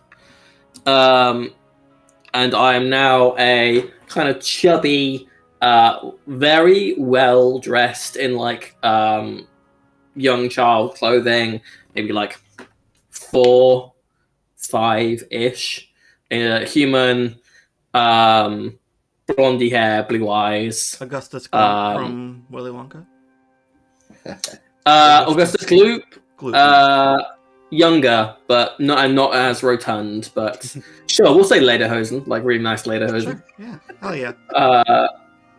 And I'll toddle my way. I'll wander up to the front of the building. Should the rest of as us you stealth wander our way? As you somewhere? wander across, Jameth morphs into a jackal. And before Jameth goes, I'm going to touch her and cast guidance. So for the next minute, she gets... Well, we're not going right away with that. He's got to do his thing first. I know, but I'm not going to be... I'm not going to be there.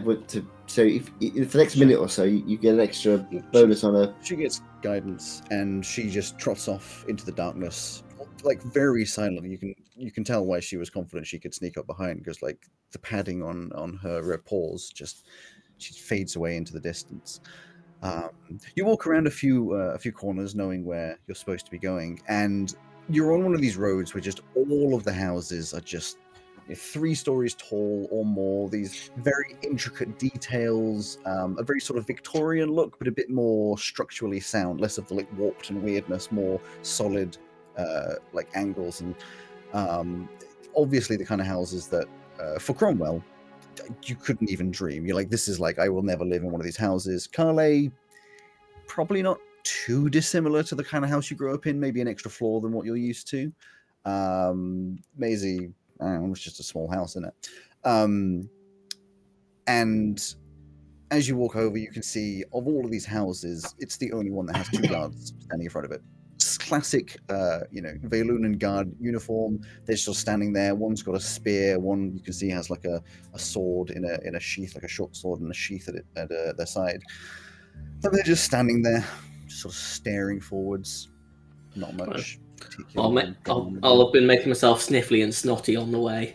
Just you got like a bit of pepper. Just... getting ready. as I go up, crying, like, oh, excuse me, are you a nice man? You walk over to one of them, the one on the left, say, who looks down at you with just this. You can see through the helmet. This just like disgusted, like taken aback look, just like, oh. Cool. I'm gonna position myself between them and the door, so that they're looking at like each other inwards to the building, so that it's cutting off their field of vision as much as possible. And they don't really. Looks like they don't really know what to say. One of them's just like, "What are you do? Where are your parents?" I don't know. I've lost my mummy. All right. Well, can you go find them somewhere else that isn't around here? No, she told me if I got lost, I should find someone who looks like they're wearing your clothes, and then I got confused. Christ. And then you hear with a much more feminine voice, like, "Oh, come on, we should at least try and help." And the first one's like, "I don't give a fuck if this kid finds his parents." The other one's like, a bad word! I'm gonna get in trouble. You said a bad word. And the first one's like, "Oh, for goodness sake. I'm not allowed to say fuck." The second one like gets like crouches down as much as is possible in this sort of big armor and just like, "It's okay, darling. Okay. Do you have any idea where you last saw your mummy?" No, we were at my uncle's house because we're visiting, and then we went around the city, and then I don't know where anything is here because it's not where we're from. Well, which direction did you come from just now? I guess I'll point down the road that I walked down. Like a random direction. Okay, and sort of like takes your hand very gently and starts walking in that direction. Like, don't worry, we're gonna find your mummy. Okay. What's your name, lady? Well, that whole conversation goes on whilst you're going away. Yes, I'm getting away from giving you a name. As you sort of walk off, and you see the rest of you sort of like sneaking and viewing. See the other one who's just like, oh, for God's sake. At which point, whilst he's looking at you, you see, this little Jackal J sneaking up behind, grabs onto just some keys from the belt, yanks them off the belt, which unclips part of one of the armor panels, like half falls off with the leather sort of strap breaking away. He's like, what the fuck? And Jackal launches off and just like, hey, and just runs off, and drops his spear and just absolutely just pelts it afterwards as both of these guards just completely split in different directions. At which point, yes, you see very quickly this figure in all black just runs at the front, sprints upwards, almost as though like they're not even climbing, like they're just sort of floating up, gets up to the roof and just disappears. I'm gonna take out the pin that Professor Grunthal gave me and just try to focus on what's going on in the building. Sure. Give me a roll. That is 16. 16. You can't really... You don't really feel much coming from inside the building at all. You're getting... Okay. So, you get the sense... You see Yala go in the roof, and, like, you're not very good at, like, directional, like, feeling, but when she goes inside and you focus on the building, you get the feeling there's like a person in there. You're not sure if that's Yala or whatever, but you have the feeling there is someone in there, but it's hard to sort of get any feelings, any words or anything along those lines. The one thing that does become fairly obvious is after a while, of course, your brain starts to hurt focusing so hard, and after maybe 5 minutes you kind of lose whatever vague connection, I put in heavy quotes, you had. Whether that's because your brain's hurting too much or whether that's because something happened inside, you don't know, but you didn't hear any noise, you didn't see anything happen. It's just sort of, you don't really know what's going on anymore. Is Kyle still there with me? Yeah, I'm still there.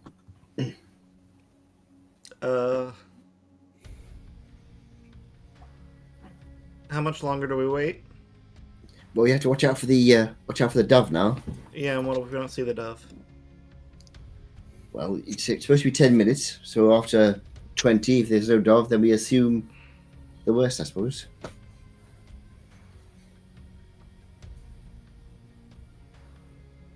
Okay.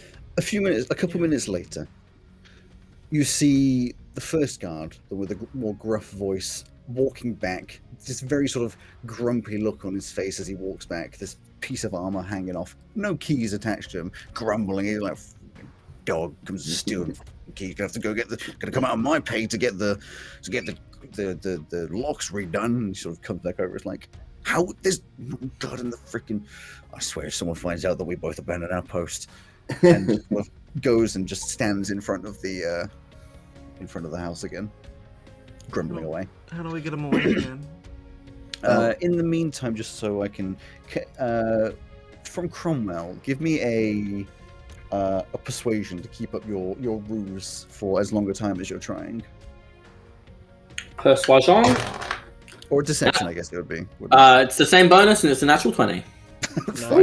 You are killing it. You're in the middle of some random street. It's all mind games, guys. I'm telling you, when Cromwell's on mission, he's in your brain. Every single time you do this shit, it works out so well. So yeah, they're not coming back for a while, if at all. This is why I insist on being paid for my work. I'm an artiste. You want a distraction? This is who you come to. And once again, no one's there to actually see it happen aside from you.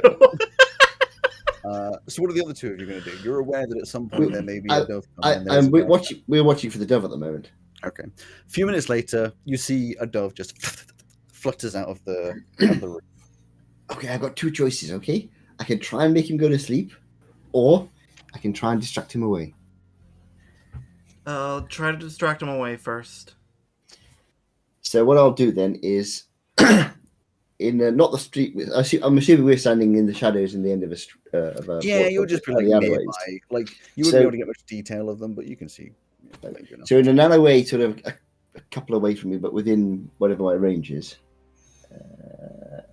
30 feet, and fairy fire 60 feet. So I'm going to cast from where I am fairy fire down one of the side streets, so everything suddenly starts glowing. Yeah, you see him. He definitely notices the lightning. It's I haven't quite finished. So that's the start. So fairy fire. Then I'm going to use thaumaturgy to cause a sound like a sort of eldritch wailing noise. I'm not sure if thaumaturgy can go for like loud noise. What's the description? It says you can do a roll of thunder, cry of a raven, ominous whispers. So I'm assuming some sort of yeah. So nondescript kind of like wailing noise coming from down there at the same time. Sure. In which case, this guy sort of steps forward, like, what's happening now? And he coughs a lot, and then starts to move forwards. I mean, it's a good few steps. He doesn't go down the alleyway for sure, but he stepped in front enough, at which point you can see, looking over the edge is this darkened figure again, who drops all the way down with just like absolutely no noise on hitting the ground. At which point she stands up, the guard turns around, and you can see just from this distance the entire of Yala, face and clothes this time, just like completely changes into just like a sweet innocent woman with a polka dot dress who's just standing there and just starts walking away, and this guy's like, what? Really confused, like what? And then just like lets it go because what the hell was that? As she just sort of totters away. And that's it as far as you're aware. Off she goes. Okay. Then we'll fade back into the shadows and wait for Cromwell to come back. Yeah, Jameth comes back eventually. Just sort of creeps up behind you. How does Cromwell end up this whole thing? You're in the middle of some streets. At what point does she leave me? I mean, you got a natural 20. It's been like, I'll say like 10, maybe 15 minutes. She's still trying to help you find, your mum. Mm-hmm. Is this you're asking me, and that will be how it is, or you're asking me, and then I will attempt to get away? You tell me. So up to this point, you've just been doing everything you said, crying, not hanging out your face, saying I need to find my mum, and she's just been helping guide you through streets. And basically, what are you going to try and do next from that point? So my problem is now that she's too clingy. Just too invested. Whereabouts has she taken me? Wherever you lead her. So just randomly through the streets of Old Ingham. Okay. Would I know the names of any particularly... Oh, Dugnack Dreams again is still an inn, right? It's not just a bar. Yes. Okay. So I'll see, I'll remember that we live at somewhere called Dugnack Duties His Pants or something. Fine. So you lead her through. She helps you get to Dugnack Dreams, and you can see at this point she is getting fairly restless and is kind of glad that you found somewhere. Leads you inside. You can see that when she walks inside, she is not an ASMR, but when she walks inside, you can see that the general populace of the people inside, which isn't too many people on a Wednesday, like a late Wednesday evening, they're not like aggressive, but they all just kind of like avoid. They're not like massively happy with the presence of a guard in here. But she takes you up to whoever's behind the bar and just like starts talking to them, just like, you got to take this kid off my hands. Like, I'm trying to help. him, find his mum. Apparently, they were here. I don't know if you know anything. They're like, oh, I don't know, I'll have to check the books and stuff. She's like, thank you so much, and just leaves. Just leaves you standing there whilst the barman walks off to go look at some books and things. Cool. Is anyone at the bar looking at me? There's a good few people around. There is no reason for any of them to be especially looking at you, but it's like if you're standing in the middle of a bar, there might be someone looking at you. Yeah. If there is someone looking at me, I'll turn at them. I'll turn to them and be like, "Hey, how you doing?" And then I'll walk out. All like very tired man who's just like. Perfect. And then you walk out, I'm sure, change how you look and walk off. And yeah, I'll dispel it off myself and look back to how I look, and I will wait like 10 minutes so that I'm not immediately just like following behind her. Yeah. For you guys, then this would be like 20 minutes after you guys were done. Eventually, Cromwell would saunter up again. So Maisie, looks like they got away with it, all right. So hopefully, Yeah. Glad I was maybe wrong. that wasn't. Well, yeah. So perhaps it wasn't. I don't know. Well, maybe it's something else, or maybe it just was a dream after all. How many people do you know with gray skin and white hair, though? Well, it certainly is a coincidence, isn't it? Hmm. Ah, well, Hopefully that's at the least they end got of away with this. Yeah. Let's get out of here. Well done, Cromwell. That was very good. Marvelous performance. Cal, honestly, you've no idea. I was on fire. I was so. Well, you should have said I've got water. I could have put you out, no problem. I was metaphorically on fire. I was on top of my game. Honestly, I deserve to be paid for my work tonight. I honestly think I did amazing. Well, bully for you. Well, Has she even come back yet? I'm not going to go have a look, but like, Yeah, has she's she even come back? She's Okay. out, yeah. We were gone for ages. That was great. Well done, me. How did everything else go? I'm assuming from what you just said that what's her face got out fine. Yep. Yeah. It went pretty well, actually. Yes. Jay managed to get the other guard to leave while she went in, and I managed to distract him while she came out again. Or they came out again. So yeah, it all went really well. Look, let's get out of here before somebody comes and investigates. Yeah, sure. So we get out of there. Sure. Yeah, you start walking back. At this point, everything seems fine. As you're walking down one of the roads, there's a few people around. It's 11 o'clock at night. You walk past a person, it's like a human man, maybe an elf, you can't really see. Fairly normal clothes, flat cap, who looks over as you walk past you, Cromwell, tips his hat and says, "Evening." And as you walk past each other, you hear this sort of like faint clink noise of like metal hitting metal on the ground. And as you look down, there's this tiny little pouch next to you. I'll pick it up and keep walking. Yeah, you just slightly pick up, and as you look in it later, there's just 3 gold in there. Only 3? I deserve an Oscar. Melted down into one. Someone invent the Oscars so that I can win one.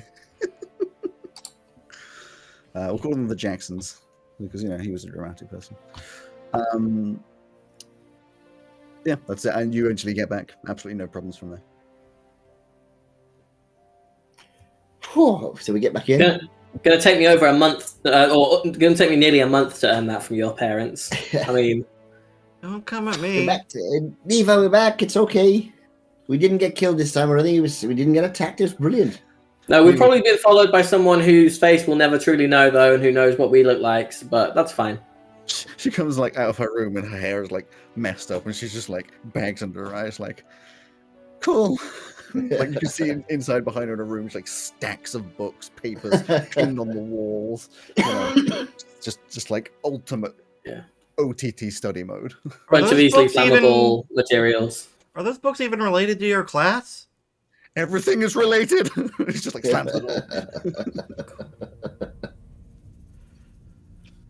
Well, what time is it now? Must go out late, I suppose. Yeah, 11 o'clock, 11 p.m., maybe half 11. Well, I'm off to bed. Exams in a couple of days. Yeah, you want to study tomorrow? Assuming that nothing else comes up where we have to aid and abet a corrupt cop? I'm planning to study art. Cool. Arcane Theory on a Thursday then. Woo! I'm quite looking forward to it. I've been spending a lot of time on it, so yeah, it should be good fun. I quite like exams. Cool. Well, good night, Maisie. Try not to obsess over whether or not you averted that person's demise or inadvertently caused it, just in a different way. Yeah, Either way, there's just no way of knowing what kind of impact you had or didn't have, so don't worry about it. Or Thanks. if you're not having prophetic dreams, if in fact you're just going insane, try not to worry about that. Well, I think you probably helped. You gave him a bit of a warning, and something which could have been very nasty was averted. So well done. Yeah. Is it a helm thing? Prophetic dreams? Does your god do that? You're a helm guy, right?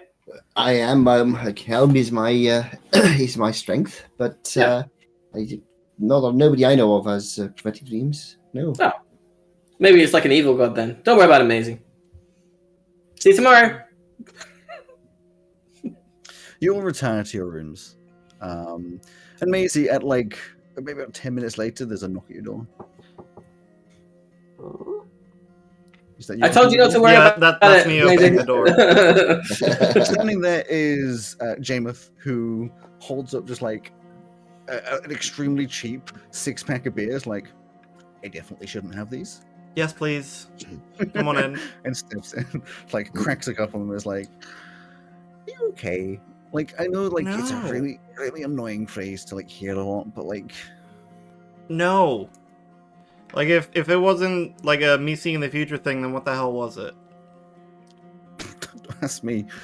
I can turn into a dog. That's about as much as I got for you. It's pretty cool. We're all a special kind of weird, huh? Apparently, but then that's probably why we're all here. you Yeah. know? I'm here because I know scholarships or some shit. I know for sure no one's paying for me to be here, so Yeah, we're definitely being paid to be here, but you're being paid to be here. well, no, well, the university is being paid for us to be here. Yeah, perks of money, huh? Something like that.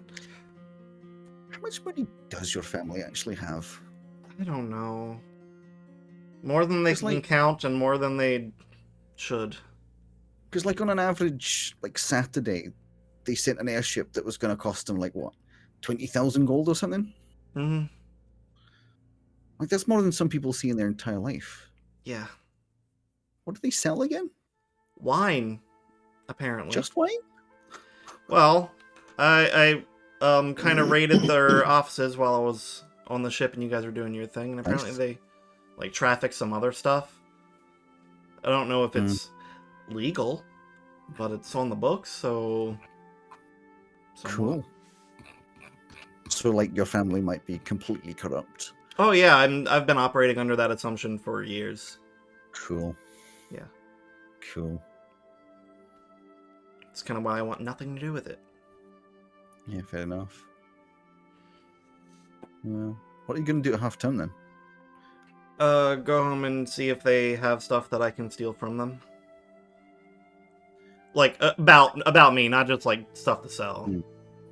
And what if you find it? I've been thinking about that a little bit. And I don't know, I think I'm probably going to hold on to it until I know I'm ready to, like, open it. Weird. Would it be better to just, like, not know? I know it's kind of curious and frustrating, but, like, what if you find out something you don't like? Then I find out something I don't like. I don't like knowing I'm being lied to. Everyone's being lied to. How many by their own parents? Probably or not, but I'm not the one to be an authority on that. Yeah, fair. I don't have parents. But at least they can't lie to me. Yeah, at least there's that. I have a weird feeling we have not seen the last of that gala. We wouldn't know, would we? No. Maybe they're actually a student. Maybe it's me. Yeah, maybe it's you. Well, no, you were in the same place at the same time, so. Yeah. Maybe it's Neva. Yeah. Maybe Neva's a changeling. Yeah, that'd be weird. Even though she's your sister. Yeah. Weird. Anyway, let's talk about something else, and then just change the topic until Thanks we for the finish off beer. with it. Probably far too late in the morning by the time you actually get to sleep, and the next day, you've got to be up early, so it's a rough morning. Do I? Well, you still got school day. Oh I shit! don't know what things you got going on, but I mean, you can skip class. I was going to say I probably didn't sleep that night. Yeah, fair enough. Just skip class the next day or something. But eventually, we've got a little bit of time before we go on a break. Eventually, it curls back round to Friday, for which two of you, we got exams. Be extremely worried. So you're aware that the exams are going to be taken in the Great Hall, this one that transforms every time you need to go there. And, as prepared as you're ever going to be, fairly early in the morning, you have an arcane theory test/exam. I've called it test or an exam. Okay. How are you guys in the morning? Are you like chatty? Are you the chatty kinds in the morning, or are you the stay quiet and just get there kinds in the morning? I think Cal would be, sort of. He's been doing a lot of work, but it's like, oh, dear. You wouldn't be in the mood for chatting. Well, Maisie's not there. Oh, I don't know whose exams they are. Every time you say them, it's going really fast, and I don't register it in my brain at all. This is an arcane theory. Theory is, which is not yours. Selection. Is Carle and Cromwell. So you both head off, get to this. It's a classic, you enter, there's just a huge room with a bunch of desks, all of which have some paper on it, and bring it on. Good luck, Cromwell. Don't panic, you'll be fine. You want a mental link so that we can talk to each other? I don't think that'd be a very good idea. They might not have a way to tell. Yeah, well, it is a university where they teach that kind of thing, so I imagine it's been tried before. Yeah, it could be. You don't want to then? No, I think I'll give it a miss this time, thanks. Okay.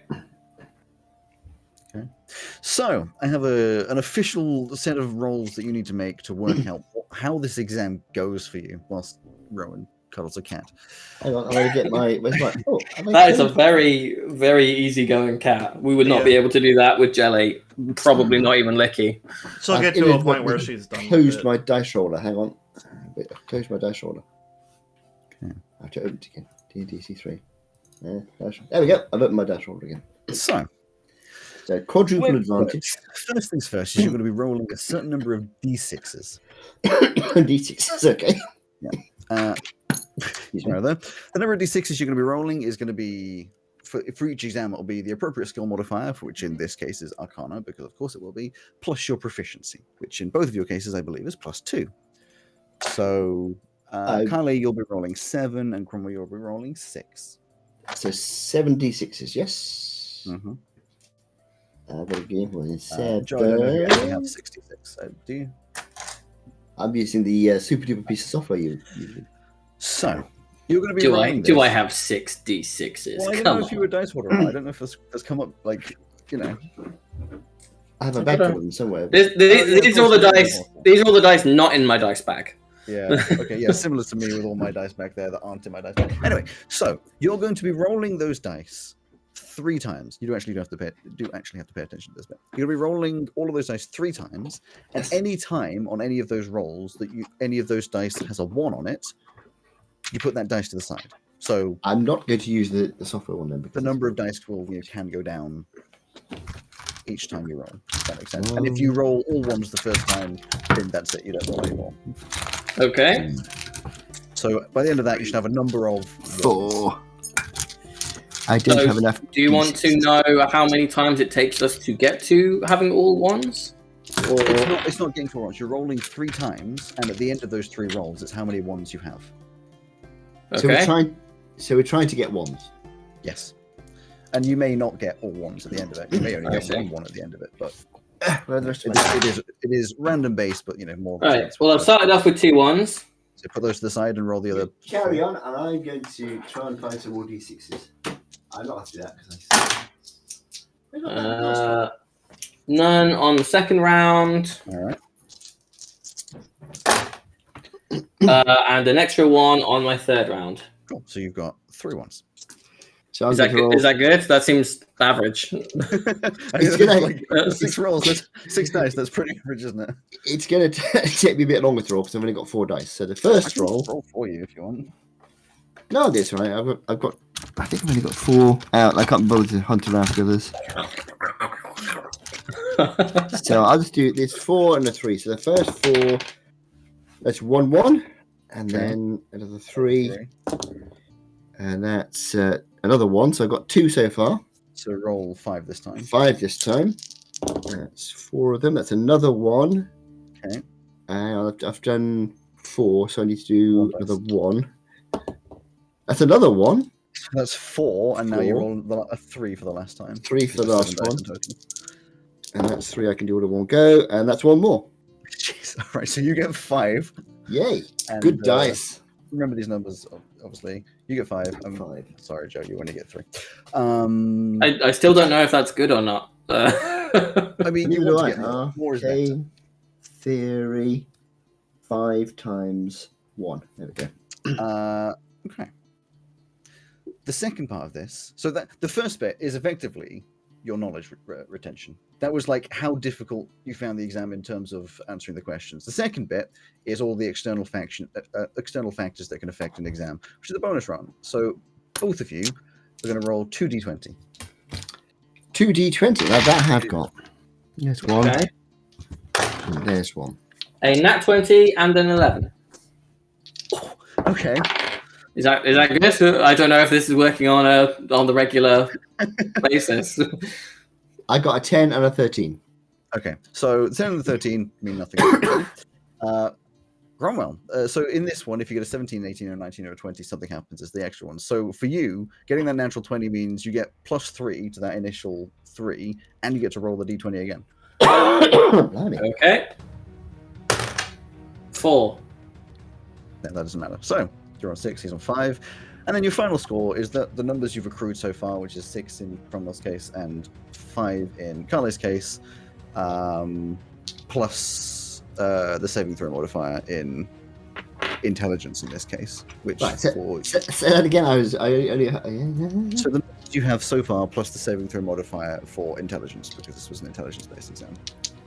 Right. So I've got 5 so far. Yeah. So I roll 5 d6 or d20. No, you just add your saving throw modifier for Just intelligence. like you said. Oh, I'm sorry. I beg your pardon. So my saving throw modifier for intelligence is 4. So you got 9. Yeah.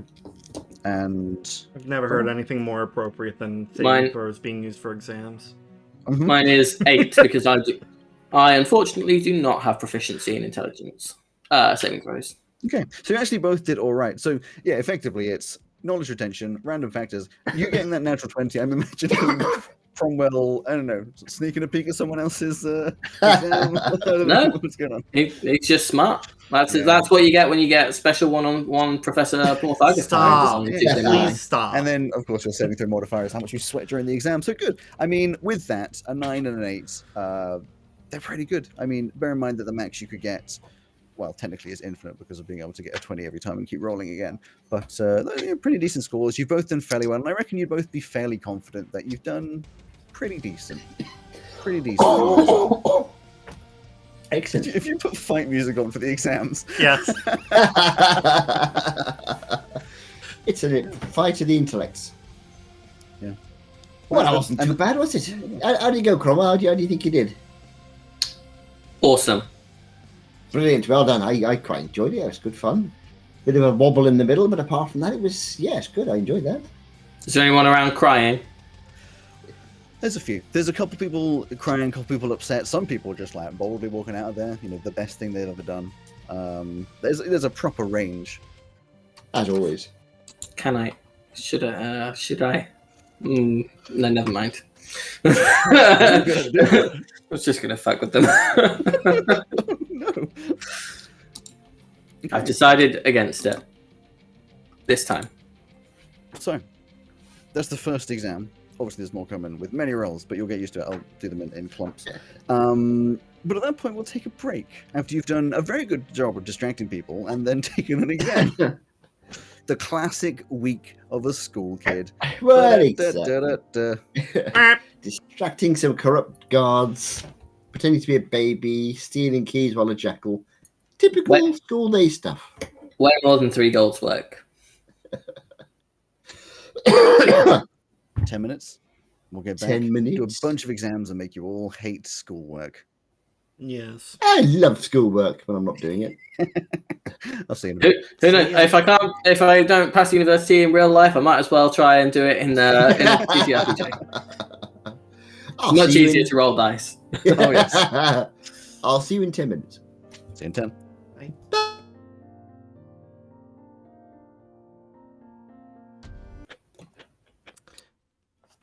3, 2, 1. Hello and welcome to Dice Breakers, a TTRPG podcast and stream with mostly accurate rules and inconsistent character voices. I'm Alex, your host and GM, and with me are Rowan, Mark, and Joe, my wonderful players. How's everybody doing after your break? Hello! I'm doing well. How are you? I am doing coffee, thank you.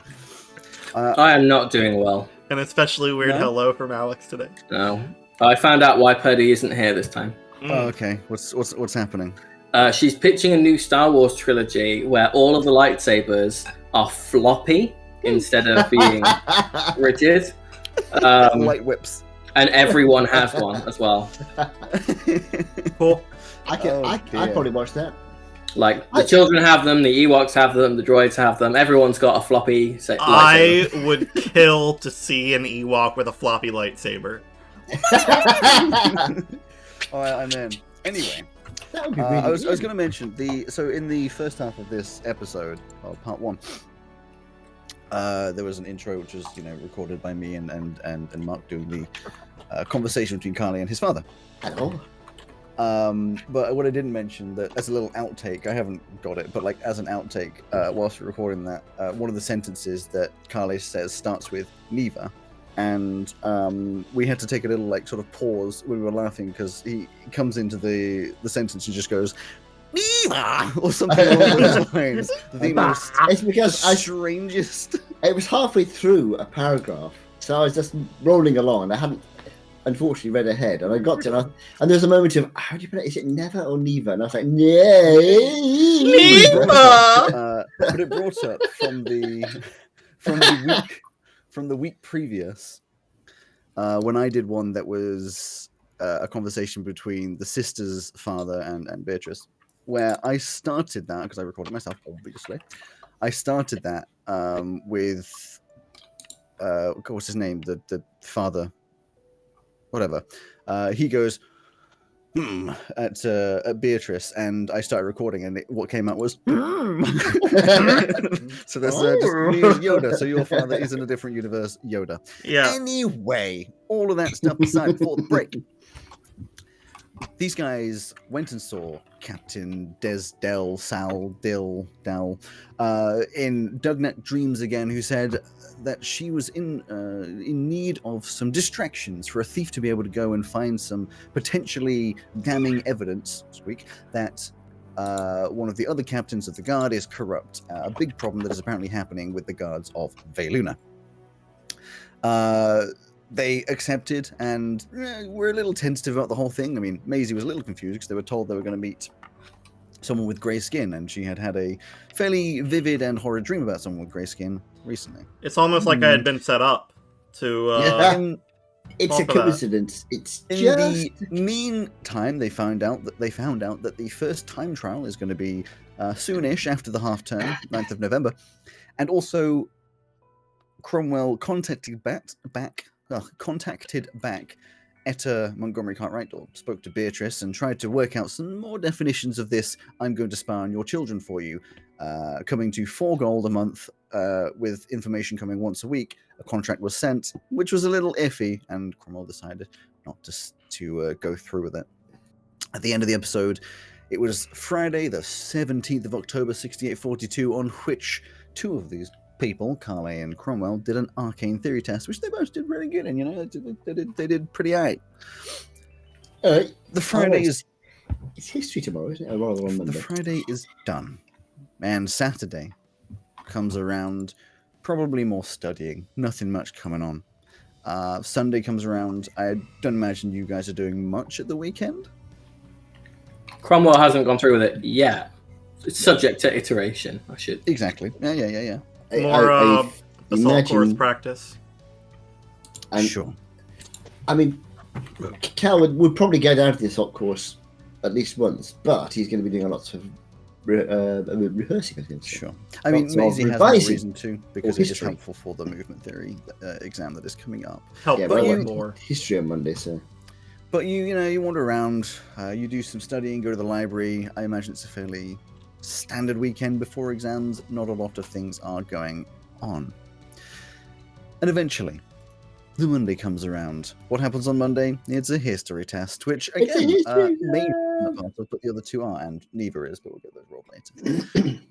So, I'm going to this time send you, I love the image you sent, Joe, send you, that's how it works, just so you can read it as we go. It's going to be the same thing, except this time, the appropriate skill modifier is history rather than... It's a history, it's a history. So for Carle, it's a +5, and for Cromwell, it's a +4. In fact, I'm pretty sure that's identical to what it was before, because they're based on history, based on intelligence. So, roll 3 times. Roll 3 times. Roll 2 times, leave the ones. You are muted, Joe. Which is not a bad thing. Still 6 left. Presuming that is, proficiency ratio modifier, it would be 6, yes. So this is history. So I'm sure you know better than I do what I'm like. History 5. So I am on 7 dice, yes. So 1. A single 1. There's 1. What's Maisie doing on a Monday? Hang on. Crying. Same again for me, 3 1s. Wow. Oh. Deja vu. So, 2. 2d20. No, nothing. So, final score. Come on. So 5 for me. So your overall score was 5. I got 3 1s this time, nowhere near as good as last time. This version roll 2d20. Come on. Oh, missed. Oh, that's a good start. 4 and a 5. So that doesn't do anything. Nothing. Rolls. So 3 so far, and oops. I dropped one of my d6s. Rowan, unfortunately, the term lightsaber seems to cancel out the term floppy. For AI Ewok with floppy lightsaber image generator. Saving throw modifier in skill, which is intelligence, is it? It is intelligence, yes. Which is 4 again, so I'm on 7. 7. Okay, so this was evidently a much harder exam than the other one, which is weird because you would have thought that Ashram Morthagus would put a harder exam, but maybe he's just lazier. This one being Professor Bragan. It's a difficult exam. There's some like technical kind of questions in there. You guys are like, feeling okay, but not as great as you were with the previous. Well, that was a hard one. That was hard. That was. God, so what you're the third question?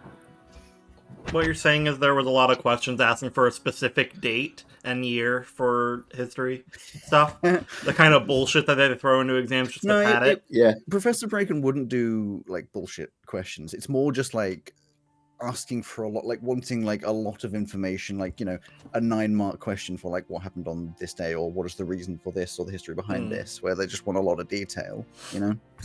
How are you working out what to pass and fail for this with this method? Bullshit.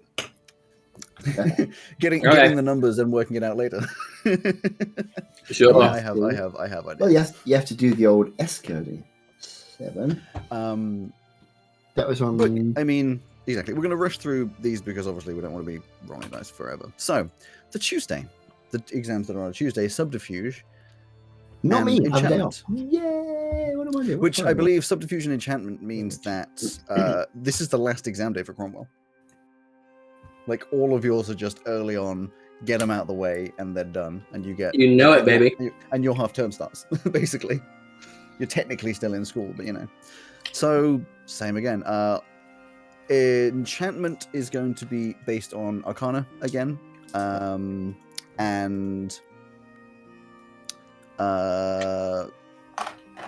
all of my exam rolls are all exactly the same. Subterfuge, it will be based on stuff. So 5d6. Mm-hmm. You said roll 3 times? Alright. Yes, it is roll 3 times and take away a 1, any of the 1s each time you do it.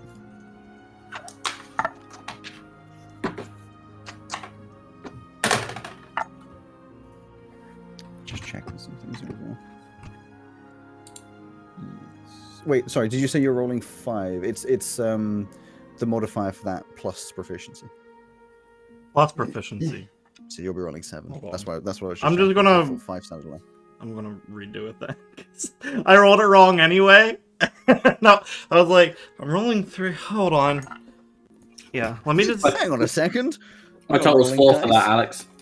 4 overall. I only got 2 1s. That's fine. I need more it's dice. random anyway. Wait, it's meant to be random? No, it's in like that there is a random factor put into it, so it's impossible to get 0. 1, 2, 3, 4, 5, 6, Like- 7. I bear in mind like 4 sounds like a low number, but bear in mind you're rolling 6 dice and then there's a chance for a bonus. It's realistically you're only going to get somewhere between 1 and 6.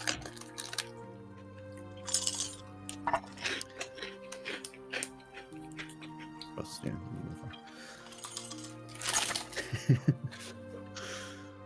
4 1s. Okay, and then roll 2 d20s. Okay. I wasn't paying attention when they were doing it before, if you couldn't no, tell. I know. I'm more than aware. Okay, that's... I just did Plus a 1. roll. I just rolled 7d6s 3 times. I got 7 1s. Well, that's how it goes. 5 plus my saving throw modifier and skill attribute. Yes, for dexterity. 10 then. God 10? God damn, you're good at subterfuge. Apparently. It's amazing. You come out of your exam, you're feeling confident. Cromwell, not so great. Again, fairly average. Like, you don't feel like you failed, but you don't feel like you've absolutely like slammed the test. It was, harder than you had expected. But yeah, Maisie, you are more than confident. Next, what comes on the next day? Psychology and Therion studies. So it's just going to be psychology, which means it's just going to be... Oh, Jesus Christ. In fact, yeah, there's just 2 more to do. Is that right? I've got to do theology on the Thursday. Wait, is psychology using insight? There you go, theology. Huh? Is psychology using insight? Psychology, yes. I need another dice. And yes, on Thursday you'll need to do. I thought you were going to say you've got a negative modifier for it then. No, that's my highest one. Well, so I mean, the appropriate modifier. I mean, you're all doing things that are kind of relate back to the skills that you've taken. So it's technically yes, there's a chance that this could be.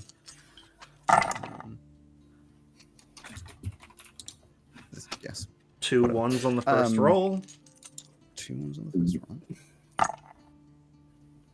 roll. 2 1s on the second roll. Jesus. And 1 roll. 1 1 1. So 5 again. I think you're cheating. I've got 8d6, dude. Then 2d20. Is my camera having the opposite problem to what I had when we started, where it's now focusing only on the dark bit and making everything else brighter? Yes. Yes. You're No very bonus. pale. Plus overall 2 you got- wisdom modifier, though, so 7. Okay. Not as good as the last one, but yeah, that's what you'd expect for the psychology exam. Still feeling pretty confident in it. Yeah. And then we'll just do theology and movement theory at the same time. theology will be based on religion, of course, Yeah. and movement theory is going to be based on acrobatics. Plus proficiency is 5. I'm going to try your roller now. If it doesn't work, it's your fault. Well, Okay, that's a good start. fail. No, I'm happy with Have you built your dad a web page that he can roll dice on so that it's not so loud? Yes. It's actually a really good dice rolling webpage. 3. Come on. 4. I'm proud of it. I'm not unhappy with that. 4. 4 as well. I've got 2d20. I can do that up here as well. That's a nat 20, baby. How does a nat 20 get me? Nat 20 is +3, and then you have to roll that d20 again. So okay, I got a 17 and a 5. So 17 gives me extra 1. Yes, it does. Which is 5, and then I add on the saving throw modifier. Which one is that? So religion is based on intelligence. Which is 4 again, so 9. So that's Jesus. 4. I didn't get anything on the reroll. So 7 plus 5, I believe. Ooh, gosh, 12. 7 plus 5, 12. I mean, it's movement theory. The movement theory exam is partially written, but later in the day, like a full, like, you know, doing the course and some other things, which, you know, you definitely excel at. So, all in all, not too bad. It's like a high school drama thing where you go around being like, okay, now a cat. Oh, for sure. Yeah, weirdly, Maisie's done the best out of all of you. You know, that is canonically accurate. I mean, it is because you just rolled them. Yeah, Yeah, Cromwell, you're probably feeling not like you've done particularly badly, but you know, it was okay. Maybe some more work to do next time. Maisie, yeah, you're. They're just exams, and dude. same with Carly. Carly, you're also particularly happy. Pretty happy. Yeah, pretty happy. And that ends that week. And that half term. So you're probably on the. I mean. You finished your exams at different times. The last one to have an exam is Neva on the Friday, so she's stressed the entire time. Yeah. But you get that all done, and then Saturday rolls around, and your half term is there and ready. Start. Well, I'm heading off home for a few days. If everyone's welcome to come visit if they want to, but of course, if you want to go back to your own families, that's. I know, Maisie, you want to go back home, I think you said. I've got a mission. Yes. At home. Well, I hope it goes all right. Thanks. If I don't come back, then my parents killed me. Because it was so valuable information they didn't want me to know. You know, will you leave your room unlocked so that I can take your stuff before they clear it out then? Absolutely not. You'll have to earn that shit. Cal, are you taking Mimi? I don't know. I don't remember what you call it. Yeah, we're taking Minnie. Yeah, Minnie will come home. Okay, leave it there. No, Minnie's my little good luck charm. Are you sure he ate my favorite pair of socks the other day? Well, he gets, and they get peckish from time to time, so you know. I mean, the secret is, don't give Minnie your socks, basically. I didn't. Why would I do that? I don't know. You just gotta make the same threat that I did, Maisie, and have the conviction to follow through. I'm not going to kill just the little guy that's going around. Oh, poor little thing. It's only a baby. Now, if it bites me, then no holds barred. I'll take it out. But Well, hopefully it won't bite anybody. Yeah. Good to know. Anyway, Cromwell, do you want to come visit, or are you going to go off to your family? Wow. Way to rub it in, Cal. I know you're bloody parents, but you must have some family, surely. I'm alone in the world, Cal. I feel like there was such a heavy silence that fell on the room when Cal said that. There's an active like from Jameis. I have no one. Unlike the rest of you, I'm not a twin, or the descendant of a historical figure, or a member of the Krugeronian royal family. So it's just me. If I was to go back to where I came from, Cal, I would be spending my time in a slum. So would you like to come and visit my place instead? And uh, you'll even go. You'll fly over some of. If you go by airship, you'll fly over part of Kugelum as well.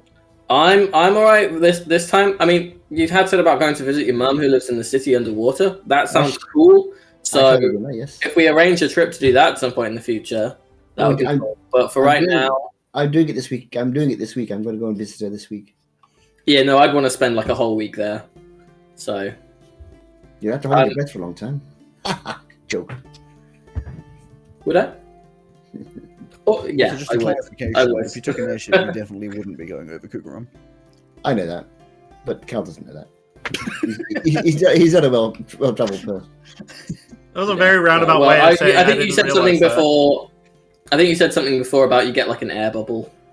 So yeah, they have stuff for people who can't just water. Put one of those out for me like next time, but this time, And it was kind of at short notice that you offered, so I feel like it'd be a bit of an imposition. So it's fine. No. It's fine. I'm gonna bear in mind. Gotta bear in mind. I live in a monastery, right? There's a huge building full of bedrooms. No problem coming whenever you want to. I'll maybe another time. I'm gonna go take myself off somewhere and go have an adventure for a week. I think. Right. How about you, Jay?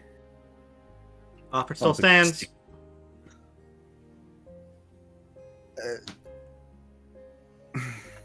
I appreciate it, but I'm going to be sticking around. All right. Fair enough. But I'll see you all in a week then. Yep.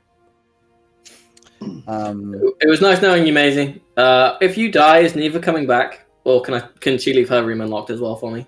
I'm not leaving my room unlocked, and neither is Neva. Okay. Just you and me, Jay. We'll continue on the spirit of this group once they all die in their hometowns. I don't know why I should die in my hometown. Well, I was just going by the averages. Those two will die. Us two will survive. It's 50-50 on you, Cal. You've got your airship could blow up. You could drown in the city. Anything could happen. Shouldn't drown, hopefully. Anyway, I'll see you when I get back, and I'll tell you. Are you leaving your room unlocked? There's nothing in there. Oh, okay. Never mind then. Unless you want to read my books. Couldn't hurt, I suppose. Probably. Just in case you die. All pretty well. I mean, we do the same courses pretty much, apart from theology. So if you want to learn a bit about theology. How recent is it? Is there new schools of thought, recent history and events that impact it, or just like what, theology? Yeah. This first term, we've just been doing the basics of sort of how religions in general are spread across the world, and how there are different religious bases and things, and we haven't got too far into it yet. You know what? It couldn't hurt. Yeah, if you want to leave your room unlocked, I'll check that out at some point. Sure. Just so you're aware, I can tell you that theology this term you be going through philosophy of religion and the old gods and the new gods. Those are your two modules. That's the word. You'll be about halfway through those. Well, have a nice break. It was nice to know you. There is the chance that I'll be murdered. Assassins, true. Assassins could come for Jay. The police captain might want their 3 gold back, and I'll fight to the death to defend it. I could trip over, hit my head. If you do get murdered while I'm away, I'll offer a quick prayer to Elm for you. Don't feel any need. I'm not entirely convinced, but that's fine. Oh, I know Helm exists. No, that's fine. I just, I'm not convinced by his presence in my life or afterlife. That's the thing about Helm. You see, Helm helps those who need help, not those who want help. I'll dump some ocean water on your unmarked grave or something, if that would work out better. Why would you do that? I don't know. It's like pouring Oh, one is out. that It's is like that you pouring saying one that out, you'll but like cry because it's salty water? no, that was me saying you don't drink alcohol, so like pouring one out for you doesn't really seem like it'd make much sense. So maybe some ocean Why? water. You seem to Why really like the seawater? ocean, so Yeah, I've never really spent that much time there. It's cool, You but should you do know, it. It's great. if you're gonna pour something out, make it like, I don't know, some of your family's endless gold. what is your Give- unmarked Give, grave give going it to do give with it my to family's some endless give it gold? to some poor orphan or something. Yeah, now that's Sure. a nice thing.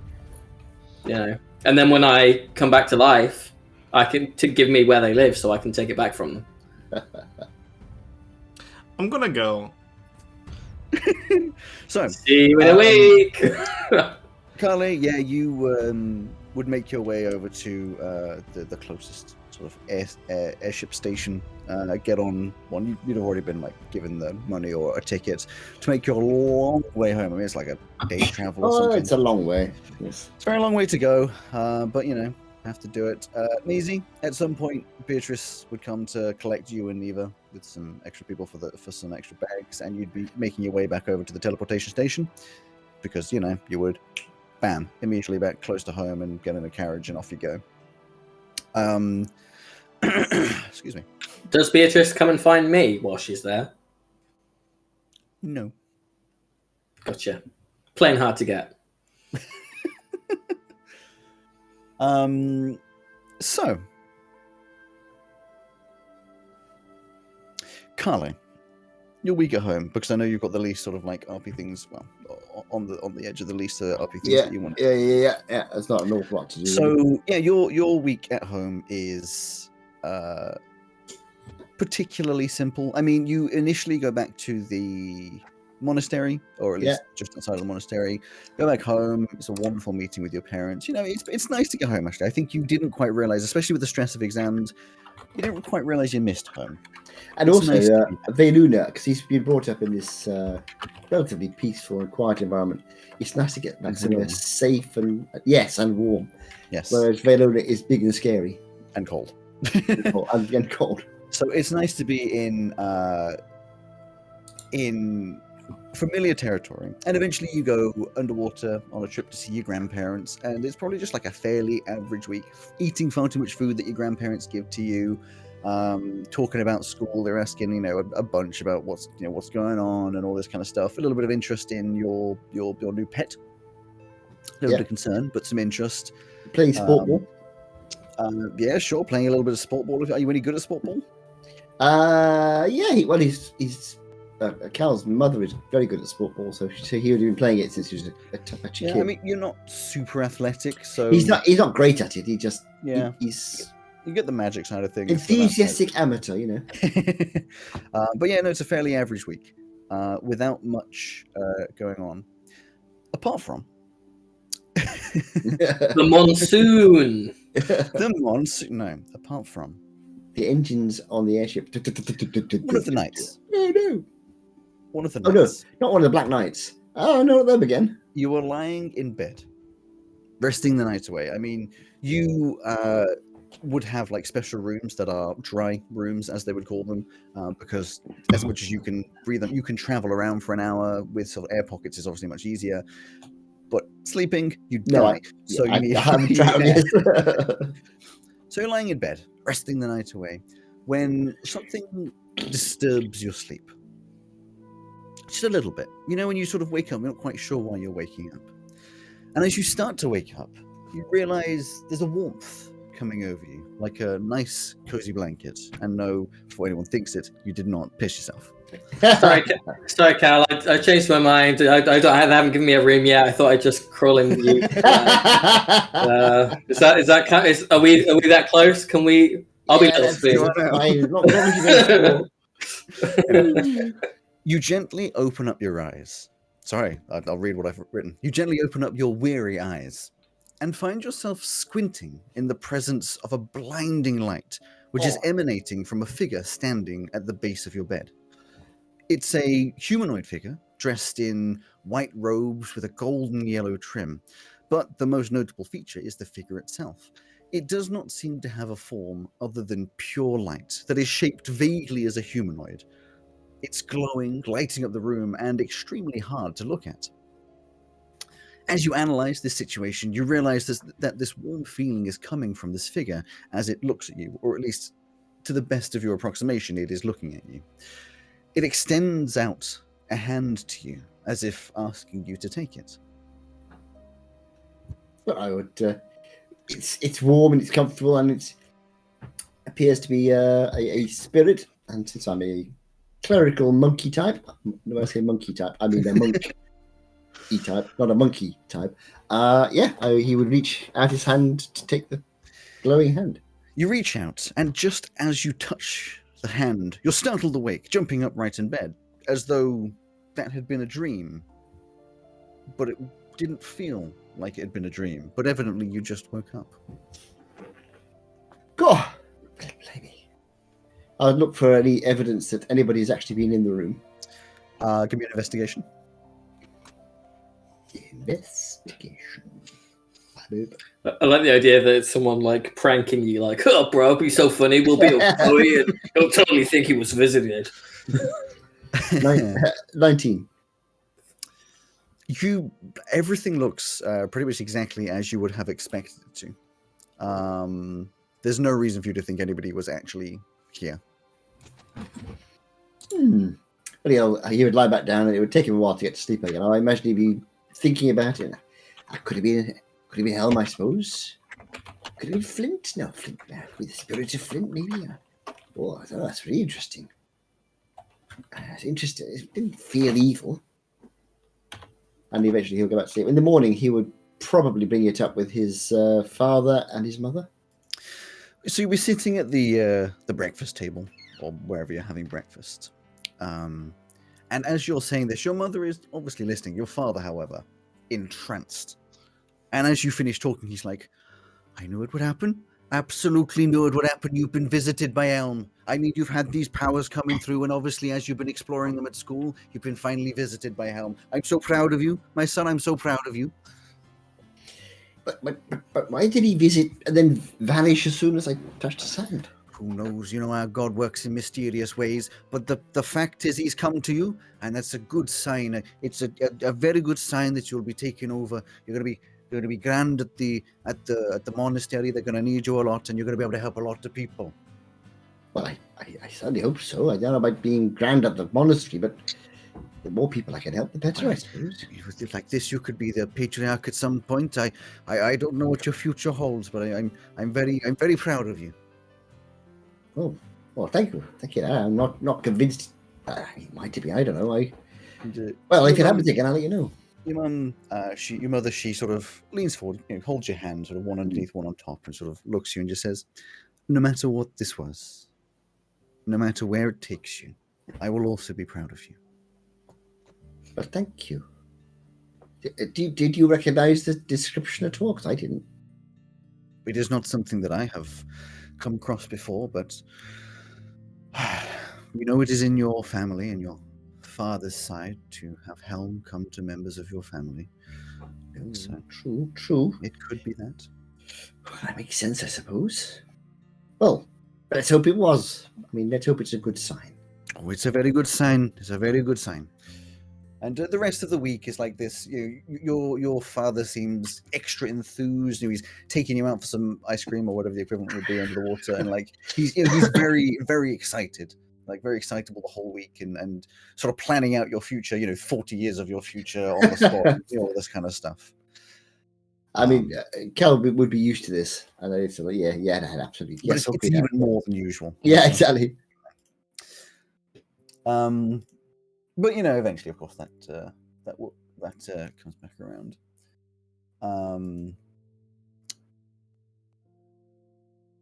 Cromwell, your week. What do you spend most of your week doing? That was a very rude thing to say. Cromwell, your week. Poor thing. We'll go with scenario B. Scenario B. Oh, is this something you told me B-wise? You did, didn't you? I mean, yeah, average week. I mean, do you spend much time interacting with Jameth, particularly? I mean, she would be around. I would ask her not to reveal my activities over this week to anyone. I don't think she cares. She's just like, okay, I'll be honest, I don't even know what you're doing half the week. She's, It's fine. That's how it hanging should around be. a bit much. Also, if you need help with the assassins and stuff, then let me know. We can talk about a fee. Oh Christ! Like, for instance, I thought we'd have like a similar thing going on because, we seem to both be orphaned in some way or another, and we don't have people to go back to. And I thought we'd be able to connect on that, but I cannot in any way work out why you're. I don't think you told me that you were an orphan. I think that's the first that you've mentioned it to me. I definitely did, because I'm pretty sure at one point we high-fived about having no parents or something like that. Oh. That's fair. Well, I mean, I could have a father out there somewhere. Yours, but, not an emperor. If there's anything you want to get off your chest, if you want to connect and bond, that's fine. There's nothing that I can get off my chest. It's just, my background is boring. Young, parents died, went to orphanage, stayed there for a long time. Yeah, and you can just turn into a jackal at will, but you're not involved in nature magics. That's boring. I don't know the source of that's from. I don't know my parents. They died when I was massively young, so... Maybe they were jackals, and you're a jackal who can turn into a human. Are you human? Sometimes it's hard to tell looking... Yeah, it's a perspective thing. I can't really see your ears, and... I'm pretty sure I am. Of all the weird things you said, most of them I want to argue against, but, I cannot contest that there is a chance that I'm actually a jackal that can turn into a person. You're a jackal that hides. Apparently. Two sides of the same coin. Are you a jackal as well? Me? Yeah. No. I would, if I did what you did, I'd turn into one of those little horrible dogs that get people. You sometimes see the rich ladies carry around in handbags. Yeah. Do you think Maisie and Neva's parents have one of those tiny little dogs? Yeah. No. I think they had one, and it died. Oh. And they told them that it went to live on a ranch or whatever rich people send animals to. I've not spoken to her parents, but I have a feeling they wouldn't be too scared of just telling them the truth. I don't think they'd have the time. I think it would be left up to BT. Who? My contact. It's fine. Don't worry about it. I would over the course of the week, I would send them off my renegotiated terms for their or call, but we'll not sort out now. Yeah, so through the week, you just sort of do your own thing. It's not that long of a week. You've got stuff to do, things to places, pieces, be. Yeah. I'll prestidigitate the bloodstains out of my clothes.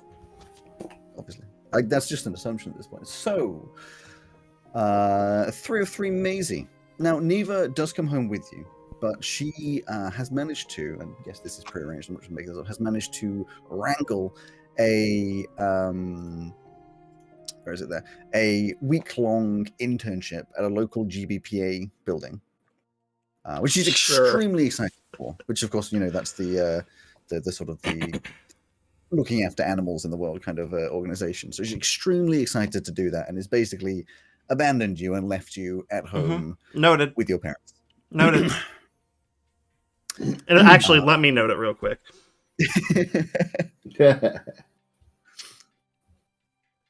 I mean, so the question is, at that point, what you do? When I first get home, I imagine I'm there for 5 minutes to drop stuff off in the room, and then immediately head into town to find my friends.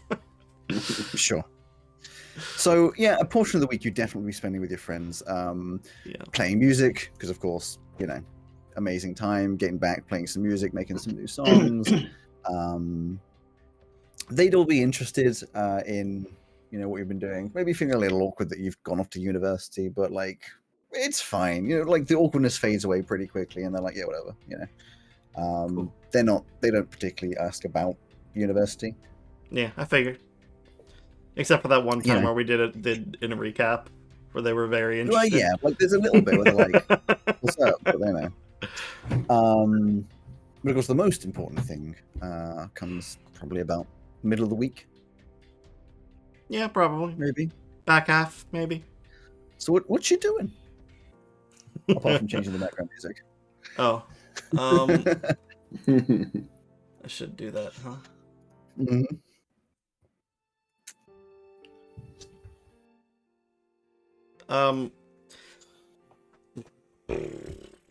I mean, I guess like that day I'd probably be going around asking what everyone's plans are for the night. Just trying to feign interest. Sure. Well, you'd be aware, and also finding from people that not a lot goes on at nighttime. I mean, you have a very large house, but there's not a lot of people that hang around in the house, especially at nighttime. You have Beatrice, who has her own apartment, as Mhm. like connected to the house. It's not big or amazing, but she has got her own space. There's a couple other like butlers and servants, a lot of which don't stick around past like later in the day. Some of which are around at nighttime, maybe like 2 of them, but that's like a night shift thing. They're barely doing anything. They probably just have also to stay wouldn't up. care anyway. Well, yeah, but like you know that they mostly just sort of hang around in like a little section, possibly over in B's apartment with it has the bells where they can be called, and the rest of the house is just like big and quiet. Your parents go and sleep at nighttime, fairly reasonable hours, and the house just kind of go. And it wouldn't be the first time that you've possibly just been like around the house. You have access to most of it. You just wander around the halls, which are very echoey, lots of marble, big tall hallways and paintings everywhere. The sort of thing where you like throw a bouncy ball around for whatever reason, it probably breaks something, but you don't care. Probably go around the time that I'd normally sneak out to go to a show or something, and Sure. then try to starting with the upstairs path. At least if I'm remembering correctly, I'm not looking at the map at the moment. Well, from you, there's only one way to get. Well, there's technically 2 ways to get back. You to go in ways to the house. You go into a big corridor, which is opposite. You're opposite the library. The other way is you could technically go outside and go back round through the front door. I don't know if the front door. Those are just, Yeah. or you could try any of the windows. That's obviously. Yeah. What about out back? Out back, there's a back entrance to the library. There's also as looking at the maps been made, back entrances to the ballroom, the family living room, and the family dining room. All of them are probably locked at nighttime, but you are aware that there are doors to all 3 of those on the what you would call the first floor, what the British would call the ground floor. On the second floor up, so second floor, first floor, you get what I'm saying. There is a balcony from what you would know as your parents' suite. So not actually in the offices or the bedrooms or anything, but that's like their sort of area. And other than that, you'd have to be going in through a window if you wanted to get in anywhere up there. Okay. I'll head over to Neva's side of the suite. And pop out a window over there. Okay, so you're on the whatever west of the building. Yeah.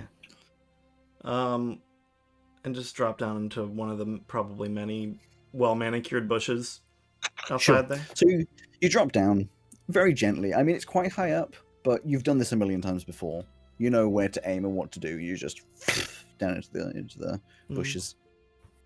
And I probably know all the angles to where they'd see, so I'll head around the side past B's apartment, beneath all the windows.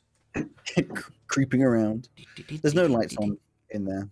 Then I'll sneak around to where the ballroom is and just peek in, make sure nobody's just like hanging around in the ballroom. Put my glasses on. Give me a perception. Sure. Natural 16 plus 2. 18. Well, the first thing that you note is very dark in there. Not a light on. So you would presume there's nobody hanging around. In fact, you don't see any light coming into the ballroom at all, because I believe the other side is just doors. So you're pretty confident. You are also aware, though, that this door is locked, the one that you're up against. Sure, that's fine. That's not the one I want to get to anyway. I want to...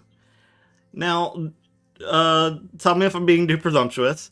I'm imagining there's like a lattice work along the side of the house with like nice greenery growing up the sides. In areas, definitely for sure. I reckon underneath the like that balcony, which Mm-hmm. is sort of going to be above the living room. I reckon there's quite a lot of. I mean, even if it's not lattices, there's like like pillars and all sorts of fancy bits Yeah, that yeah. are climbable. If you're in the Assassin's Creed universe, or in fact in D&D, so if you Mhm. wanted to, you attempt to climb up those. Yeah, I'd love to get up onto that balcony outside my parents' Then suite. give me a acrobatics athletics. I mean, how are you doing this? Um, I don't think I'm. Yeah, it does not make a difference for me, so I will use my athletics since I am an expert in it. Sure. So just brute force climbing Yeah, up. just 18. 13 plus 5. Decent enough. Probably not the first time you've climbed up Most certainly something not. like parts of the houses. Maybe not done this bit too much because it goes into an area you're not supposed to go into, but you get up onto that balcony. Now, when you are up on the balcony, there's Yes. 4 big windows and a window door. You can see currently a crack of light coming through the sort of like hallway that leads through to your parents' bedroomy area with all the cupboards and things like that. The 2 offices that are directly to your left, neither of which you can tell if there's light coming through. As far as you're aware, they're dark. And then the only other vague amount of light is coming from down the stairs, but you're presuming that's just like Front hall. the kind of lights that are always on. Yeah. I'm gonna put the pin on before I try to do anything with the windows and just try my best to focus on what's going on in there. In which bit the your parents bit? Yeah, see if there's any way I can locate where exactly they are. I know it's hard and unlikely, but gotta use what I got. Natural 15. Okay. The first thing you can confirm, because you are close to your parents, it would give you a bit of an advantage. Both your parents are in this area of the house. Mm-hmm. In terms of exact pinpointing, you're pretty sure one of them is over in the bedroomy area, which is helped by knowing there's light over there. The other one, you're not so sure. Okay. In terms of thoughts and feelings, again, you're close to them. I reckon you recognize what is the equivalent of like a mental stink coming from your mum's general composure. Mental steak? Stink. Stink. I heard steak. I'm like, what the fuck does it mean to have a mental steak? This kind of dark and nasty kind of feeling that fills you with just a little bit of dread that your mum always exudes. Like you always feel it around her until you knew it was like a psychic thing. You just assumed you just didn't like being around her. But there's this sort of like sternness that comes from her. Meanwhile, the other recognizable feeling, you're used to this kind of bumbling, almost joy coming from your father. He's happy with life. It feels like it's soured a bit more towards the direction of like worry, but not too much. Maybe it's the stress of a work day. Maybe it's something else. All right. Can I try to lockpick the door up? Well, I guess first see if it's open. It is not open. Okay, then try to lockpick it. Of course you can. And you are very aware that this is going to be a difficult door to lockpick. It's like to the outside, your parents' suite. But, 100% you can try. Not super good. 11 plus 5, though. 17. Or 16. Numbers work! So, 16, yeah, it's fine. What I'm going to give you is it does open, but there's an especially loud as it opens. From my tools or the lock? Your tools aren't broken. Okay. Yeah, I'm gonna try to stealth in and then just like hang down the stairs for a moment. When you say hang down the stairs, just like go down. Head directly down the stairs of my parents' suite. Sure. And just like hide under or to the side of the staircase. I don't know if there's an under, but to the side of the staircase and just Yeah, you can chill down there for a bit. There's not much light down here. If you put on your glasses, you can have your dark vision. Yeah, they're on so the you whole can see time around right now, fairly I'm easily. assuming. Not a lot going on. You can hear some general like movement every now and again, of like floorboards and things up above you. There's a gentle glimmer of light coming from like the hallway that connects back towards the front. But other than that, no, a lot going on. Okay. I'll creep slowly back up the stairs then. Sure. Give me a stealth at this point. Now you're creepy creeping. That one's not especially good. That is 11 total. Oof. You walk up the stairs, and do you know when stairs are just so annoying and not cooperative? Like every third Mhm. step, there's like a. You're like, oh no! That's kind of happened as you walk up a little bit. There doesn't appear to be any movement from anywhere, but it's creeping as creaking as you're creeping. Gonna go to that little nook between my mom's office and dad's office, and just kind of put my ear up to the wall of my mom's office. Give me a perception. Natural 15 for a 17. It's quiet. Is there light coming from under the door, or is it just like all the way down Not to the that you bottom? can tell. It gets pretty close to the floor. These are larger, heavier wooden doors than the average door in the house. But you cannot. I mean, you're close to it, and you can't see any light coming through. Cool.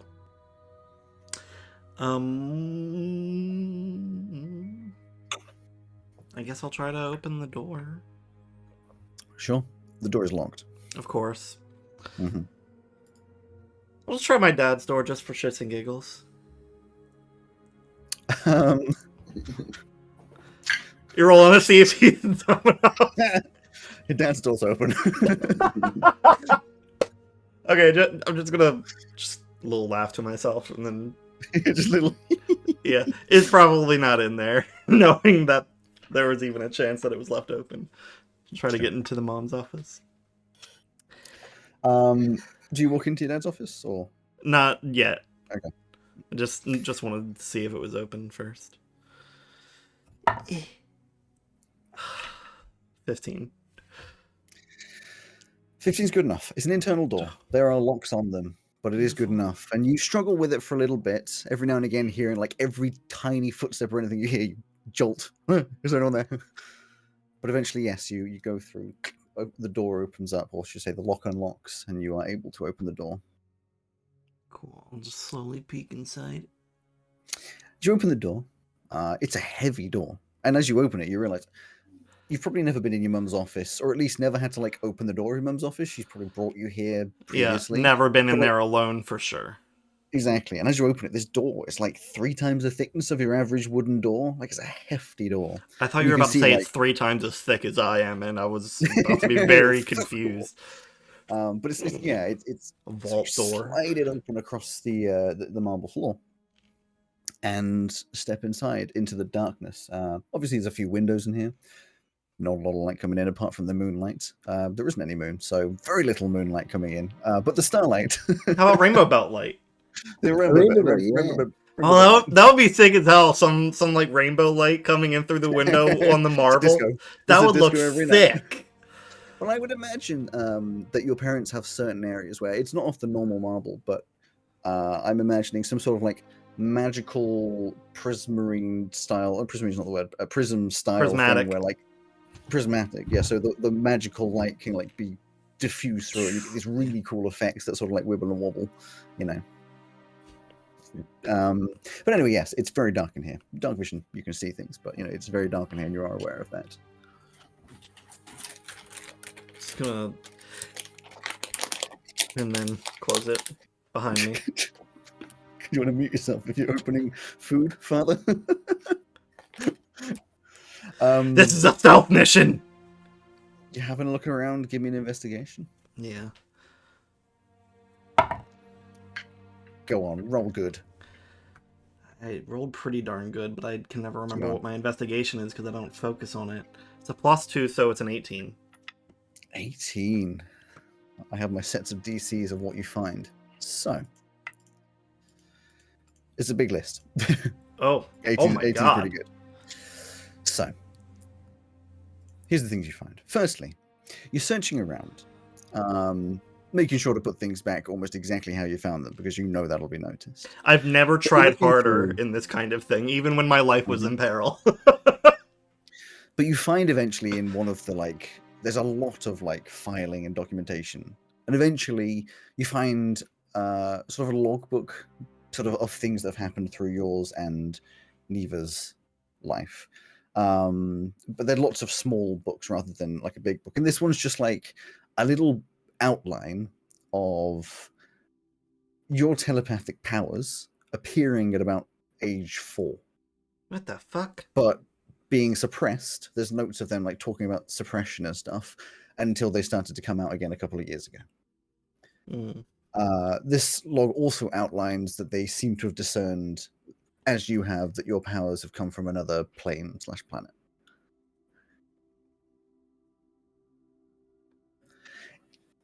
In a similar area, you find notes from a wizard called Dr. Kratz, Kratz. Rowan's never written harder in their life. Yes, Dr. Kratz's notes, yes. Dr. Kratz, which are analyzing like your telepathy and things like that. And in fact, you do find that the location of Dr. Kratz, or at least when this was happening at the age of like 4, was in Timor, in Fourth, the country. And alongside those notes outline that there is an assumption that your powers will continue to grow in unknown ways. Mm-hmm. Looking around more, you eventually find documentation that outlines this suppression that they were talking about, and seems to be talking about like how it works and stuff. But the main point you take from it is that this suppression, that is probably still in place, could be reduced with the right magic from the right person. Doesn't say what magic or from what person, but like it's the sort of thing that is, it's like an artificial limiter, you know, holding back what could be more, but you don't know any other details other than that. But curiously, searching through other different historical documents from your lives, you find Neva's birth certificate, but cannot for the life of you find your own. And this is not, you know your mum wouldn't have lost that kind of a thing. Yeah. But in the organization, yours just isn't there. What the fuck?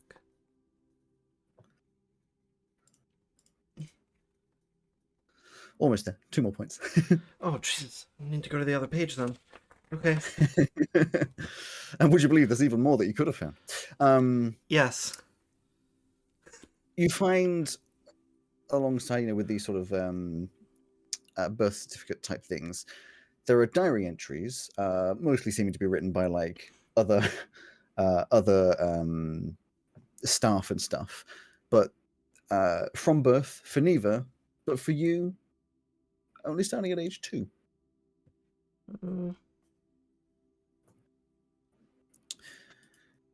And the final thing is, again, with all this documentation, you find a certificate, official governmental documentation for giving you the name Maisie at the age of 2.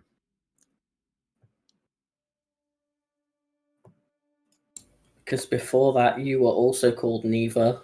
Because you're twins. You're from the same person. Clones. But that's all you can find. I think at that point you hear a lot more movement going on. You get absolutely terrified. And you're like, I gotta get out of here. Yeah.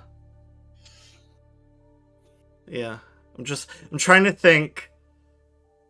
How much do I want them to figure it out? Do I want them to know that I know? That's up to you.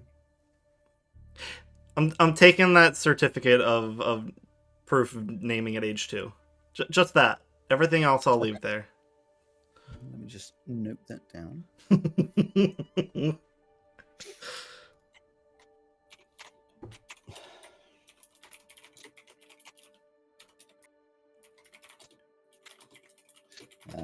Just hear the clicking, don't worry about it.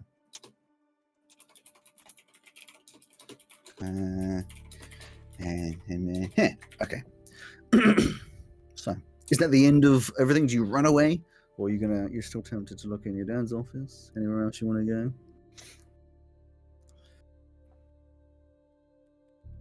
Or do you want to give a listen, see what's happening? Yeah, I'll give a listen and see what's happening first. Sure. So you step out into the hall. Give me another stealth, because obviously it's been a while since you did the last. That's so much better. 21. Oh, you're fine. You, on the way in, worked out where all those squeaky floorboards were. So on the way out, you ain't hitting a single one of them. Mm-hmm. You go over towards like your parents' bedroom sort of area, to the right of these offices, and give it a little listen. Give me a perception. Nat 20, baby. Nat Finally. 20. Well, one thing is very familiar. The loud and aggressive snoring of your father. Nice. The second thing, there was a lot of movement, especially when you were looking around. But you're not sure there's the movements going on anymore. Whether they're laying in bed, whether they're doing something else, but you don't hear any like clicking or clacking, floorboards, movements. The main thing you're hearing is just this grinding, snoring noise. Mm. One of the reasons you're thankful you live on the other side of the house. Yeah, I'll head out. I'm fairly positive my dad would not be entrusted with valuable information. Okay. And I don't want to be caught for absolutely nothing. So I'm headed out. Okay, so riding on that sneaky sneak, you go back to the door, out to the balcony. You're gonna close it? Yeah. Question: did you lock your mum's office? Yeah. I've never tried harder, Alex. You gonna try and lock this door? Yeah. You can't. Oh, good. You are fairly confident that some of the internal mechanisms snapped whilst you were messing with them. Cool. All right. Noted. Okay, and then you just piss off. Into the bushes. Assassin's Creed style. But there's no hay at the bottom. Yeah, you work your whole way around. Go past B's apartment. There is actually a light on now. You just see general movement inside. I mean, it's late, but it's like not weirdly late for them to be awake. But you just know where they are. I'll poke my head up stealthily. Give me a stealth. Can't ride on the 21. Oh, 19 though. Which makes it 24. Nice. You have a little look in. You can see that Bee's just in the equivalent of her like lounging area, doing some knitting. Okay. Some casual 3 a.m. knitting. I'm not imagining it's quite that late, but Fair. Just rounding down her day. Okay. Just wanted to make sure she wouldn't having any secret meetings. Unless she knew you were there. Ooh. All right. I'm going back then. Okay. Background to your bed and at least attempt to sleep. Probably staring at this documentation. Your name. Like, what the fuck does that mean? And it's not just like the name Maisie, it's like the whole name, Maisie Montgomery Cartwright. Yeah. It doesn't have any other information like old name or anything. It's just like official governmental boring documentation. The morning comes far too slowly. And, you wander out, say hi to whichever servants are around. B says hi and all that kind of stuff. It's half term. There's not a lot that's expected of you. One thing you are very aware of as you come round to the other side of the house is there's a few city guard. You put on your best shocked face. There's a few city guard, and they're talking with some of the servants, and you overhear just a little bit. It's definitely to do with the fact that the lock to get in to your parents' suite was broken. It isn't brought up. You can't hear if they know anything's been taken. It seems as though they're probably going to do like a deep dive to see, but they are focusing on, well, none of the jewelry was taken, none of the riches were taken, so they're not sure what's happening at all. But that doesn't really come back past you, other than at some point Beatrice sort of mentioning, oh, we're going to just be extra careful. That that it's not much of a worry on your side, but we're going to have a few city guard around the house for next for a week or so, just in case someone's coming back. Cool. Yeah. Cool. I'm going to see my friends. Nice. Bye. Is there anything else you're doing in the week? Conversations, pressing for information, holding someone down, waterboarding? No. Now, how does our teleportation work? Can we like show Montgomery Cartwright credentials and be like, oh, it's on the family, and just fuck off? You get prepaid tickets. Okay. You could pay for a ticket, but it would be using cards that they are able to track your movements. How much would a ticket to Forth be? Ooh! You finally get to look it up!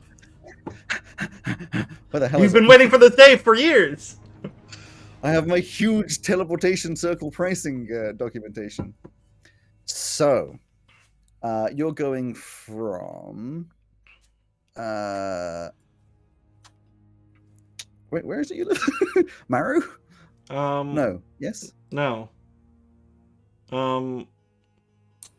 Fuck, I don't remember the name off the top of my head. Barty was from Marrow, I think. Yeah. Grant? Tathuran? Fuck.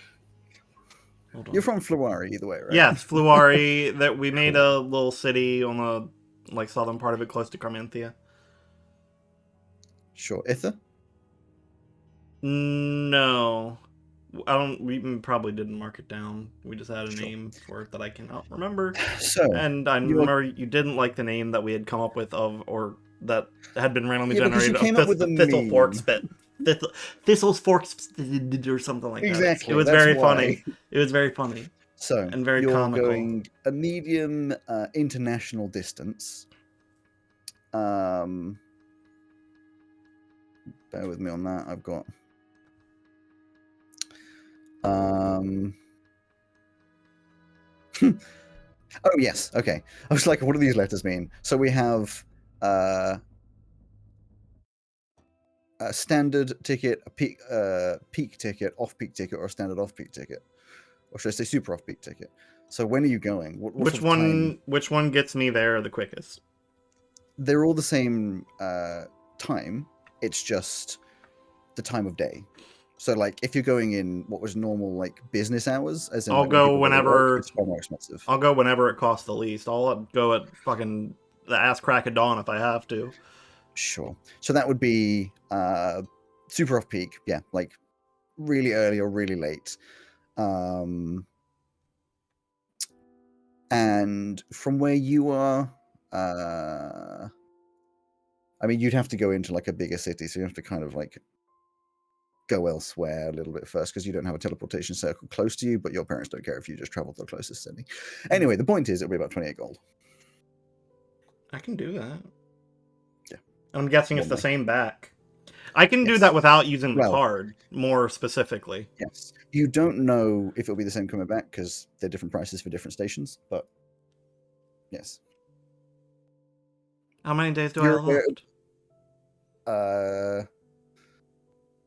Let's see, it's currently on like probably like the Thursday. You've got a couple days. Cool. I'll go to Forth. Okay. To so what's the space? To Timor. Timor. Yeah. So Timor. Now I have to open up a certain document. You were not anticipating this, were you? When you say, see, this is the thing. You're always like, I know. Anticipating. Like, what do you mean by? I just get a kick from forcing you to open multiple documents. So Timor is a huge city, and I mean like huge. to the point that it's very easy to get lost, and you'd know it. But you've been to big cities before. I mean, for God's sake, Veluna is a huge city. The general vibe is this is a extremely rich city. I mean, Forth has been surviving for the longest time, and still does, on this whole idea of basically supplying the world with wood, standard wood. In fact, you're pretty sure that you have international negotiations with Forth to make like barrels for your wine, you know? Mm-hmm. Timor seems to be on the more, this is where the rich people live kind of city, like huge buildings. They have a huge town center and all that kind of stuff. And you have no idea where anything is. Yes. So true. You're there really, really early in the morning, so there's not a lot going on. But there's people around. There's still people that end up going to work at this kind of a time.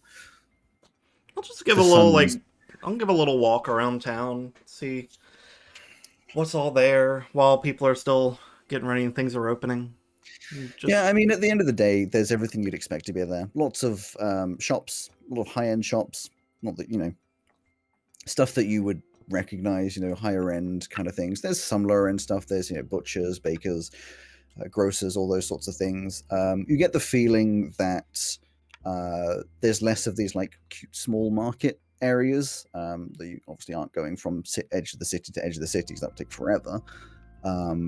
There's more like center of London kind of style, big shops, and some places that are probably going to try and scam you. Other than that, there's not a huge guard presence. It's around. There's always guards in all of the big cities. Doesn't seem like they're particularly, forcing that upon the city. The general people, lots of different races, not a lot of people that are shabbily dressed, a lot of high-end clothing. You fit in pretty well, to be honest. Cool. Can I go to a government building? You can try. Yeah, there's a few. I mean, there's a very prominent government building. Like whatever you call it, like the sort of city hall style thing, which is huge. Marble, these huge columns. Imagining like sort of the Lincoln Memorial style without the actual Lincoln, statue in it. Like this huge thing with these gigantic pillars, huge steps, tons of people. Normally, less people right now. It is open. These big, majestic doors. You can see through like the windows and the doors. There's huge hallways. It goes into this gigantic sort of forum space, and there are lots of different doors going to lots of different hallways. There's a few people milling around in there, a couple people behind what would be like those desks with screens, sort of informational points and things. I'm looking for somebody that would have information on the residents or business occupants of the city. I mean, it would be difficult to find. You could obviously ask at the front desk. Yeah, I mean, start there and then. Yeah. Do you want to RP or do you want me just to tell you? I mean, yeah, sure. Yeah, sure. I said either or. Hi. You walk up and there's someone. It's an older lady, probably human, with very saggy skin, just sort of like curly hair with just far too much grease in it. That's probably product. Who has this sort of pearl necklace, leaning over. Got like lots of like the equivalent of a little like computer in front of her. When they're always like typing with one finger, except it's like notes and stuff. And is this the always watching lady? Oh, it can be if you want it to be. I want it to be. I really want it to be. Hello, dearie. Hi, I'm new to the city, but I'm looking for a very specific person. I'm looking for a Dr. Kratz, and I need help finding, like, I don't know if there's, like, a department here that has, like, a record of business owners and stuff like that. So I figured this would be the best place to ask. Mm-hmm. She, like, looks down on, like, multiple different things and sort of, like, fiddles and twists and writes, and eventually is like, there's no record of a Dr. Kratz. Oh, okay. Huh. Are you sure? I came a long way. There's currently no one in the city under that name. Do you have older records that you could look at? Just looks back down, just fiddling around more. It's the sort of thing where it's just taking far too long, a little awkward, sort of like... If it helps, it would be about 15 years ago. It's just an audible... fiddling around more. There's like... there used to be a Dr. Kratz. Where was his practice located? She gives you an address, which says, but the building burned down 10 years ago. Okay. Thanks. I don't know, my brain just broke. Look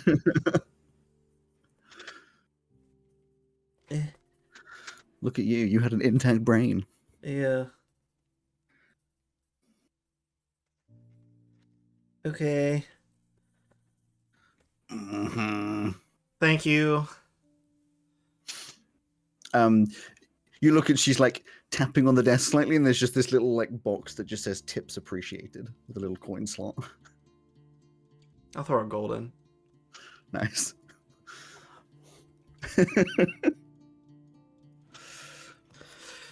And yeah, that's it. I'll go and see where the burnt building was. You go to that location, and there is a brand spanking new, at least 10 years old building, well, 9 years old building there. It's, you know, just some kind of like herbal practice, you know, like new age herbal practice. In this place, there's no sign of any like Dr. Kratz or anything of that. Like, Cool. Okay. I guess I'll head back. sure. So you head on back. Getting later in the day. I'll your wait for costume- super off peak if I have to. Super off peak at this point would be coming back round to like 11 o'clock at night. Sure. And it's like 9 o'clock in the morning. Sure. currently. Yeah, I'll spend the day in Timor. Spend the day. Not a lot to do in Timor unless you want to do some shopping. I mean, it's a coastal city, so you could. I mean, it's kind of coastal. Like you can walk out a little bit, take an hour or so, and you can get to the coast. Nice big cliffs for you to stare out over, and you know, have some sort of emo song playing. Yeah, I'll as go you on a do. little hike and sit on the edge of a cliff and wait for the rain to come. No. And eventually, yeah, it gets really late into the night. Go for a swim. Costs you a little more, 36 gold this time to get home. Sure. And by the time you get home, it's like 1 in the morning. Okay. And there's B, you know, waiting at the front door for you to come in, just like, where have you been? I've been waiting all day for you. We got worried, especially since we had someone break in. Oh, I just took a little trip. It's fine. Well, I gathered that, Mm-hmm. honestly. At least I came As back long this as you're time. right. Say Yes. as I walk into Close my to room. sending some people out. I What is up with you, Maisie? don't know. What is up with me, B? Well, that's not a question I can answer, is it? It might be. What do you mean by that? Oh. What do you do here when we're not here? Well, I have many jobs around the house that don't involve you. Like Got to what? keep things clean, organization. Hmm. I do help with some of the business things as well, though I'll be honest, they don't tell me much. It's mostly just communication. I mean, I haven't been looking after you in the same capacity for years. Yeah. What were you doing? Like, how did you join in on the family? Did they like have Neva and they were like, oh, we need a really great person to take care of our little baby demon? Well, Or that was a position for her, and I took it. what was the like? I don't know, like the interview process like, or something like that. Sure. Asking odd questions. I mean, it was mostly just checking that I'd be able to look after the place and help out in ways that I could. I mean, my responsibilities have grown over the years, as you can imagine. Mm-hmm. But I don't remember the exact details. I imagine that I remember there being questions, and I remember having to show off some of my skills. Your mother was very strict on some of those things. Mm-hmm. How old was Neva when you came on? She would have been maybe 3 or 4. Okay. All right, thanks, Pete. Just head off to my room. Strange questions. Strange questions. Strange question. Okay. Was that it for your week? Yeah. Fine. Wonderful. Eventually, the weeks all come to a close, and the Saturday the 1st, it would probably be, is around when you all come back to the university and meet up once again, having had a week separated. I know, how could you? It's also a day that each of the sisters get 10 gold. Oh, cool. And yeah, you all meet up, probably at slightly different timings. I mean, Cromwell, obviously, you're already home. James is already home, but the sisters and Carly, you eventually arrive on your different things. Carly, you'd be exhausted, jet lag, lots of, lots of traveling. Ocean lag. Cromwell, when you see him, would be pretty Covered in bruised and blood. look like he's been battered about a bit. But no bloodstains, because I can get rid of those really easily. What the hell did you do? Oh gosh, you're looking a bit. You all right? You been in a fight? No. No fights. No. Well, how did you get all them bruises? Then you fall on the stairs or something? Nope. Don't worry about it. It's fine. I know what it is. You've been practicing that course or something, haven't you? I said don't worry about it. The less you know, the better off you are. Oh, I've always found that knowing more makes things better, but okay. No. Ignorance is both bliss and a shield. So, it's fine. I think maybe just I'm walked right into almost- her room, breathes for the first time in a week, and falls face first onto the bed. Almost positive that this can't come back to hurt us. Almost positive. Okay, that's very convincing. Both Rowan How and Maisie was- do not have the capacity for this right now. How was your week away? Oh, I had a lovely time. Got to see my grandparents. Had a rather strange dream, but I mean that's just a dream, I suppose. But apart from that, it was a lovely week. Yes. So the old friends went down to the inn in the town. Had a lovely time. How about you? Apart from whatever it was, you falling down the stairs or whatever. I said don't worry about him. Did you have a good week though? Me and Jay had a great time. Right, Jay? Wherever you are? She's down there like, I'll be honest, I barely saw him all week. Do you have a good week though? Jay.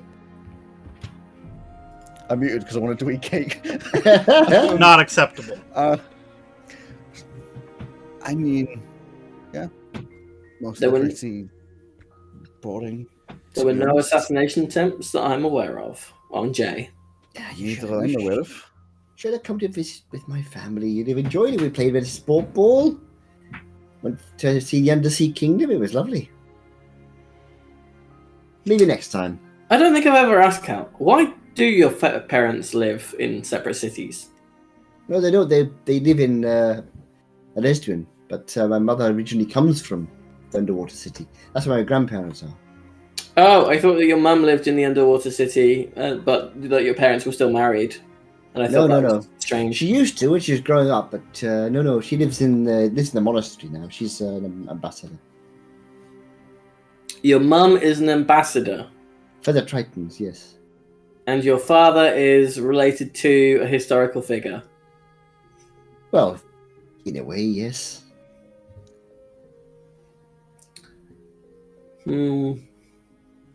Interesting. Well, it doesn't really affect me that much, to be honest. I mean, I've been brought up in a monastery, which is all about. I've been taught from a very young age. The meaning of life is to help other people. I mean, our past, our history is all very interesting, but really, it's what we do that matters. Okay. Oh, I put your theology book back, by the way. It was of no help. but I appreciate the lend. You never know what you're going to find when you read a book. It's always something to be learned. But I'm glad you enjoyed it. After reading it, I did have this weird dream. It was like I was awake and there was this figure of shining light at the end of the bed. I fell asleep in your bed.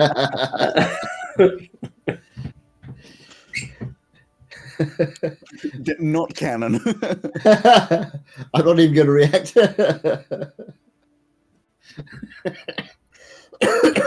Oh dear. Yeah. That was it. We've had no letters mysteriously appear on the table. We've had no summons to a job, paid or not. Did you hear anything back from the captain? Captain, whatever her name was, Dell? Nope. I think she's probably being executed. I think that might be being a little bit over dramatic, but you never know. Is Maisie back yet? Yeah, she's I'm in my room, yeah. Or at least she's on the bed. Not falling asleep, just...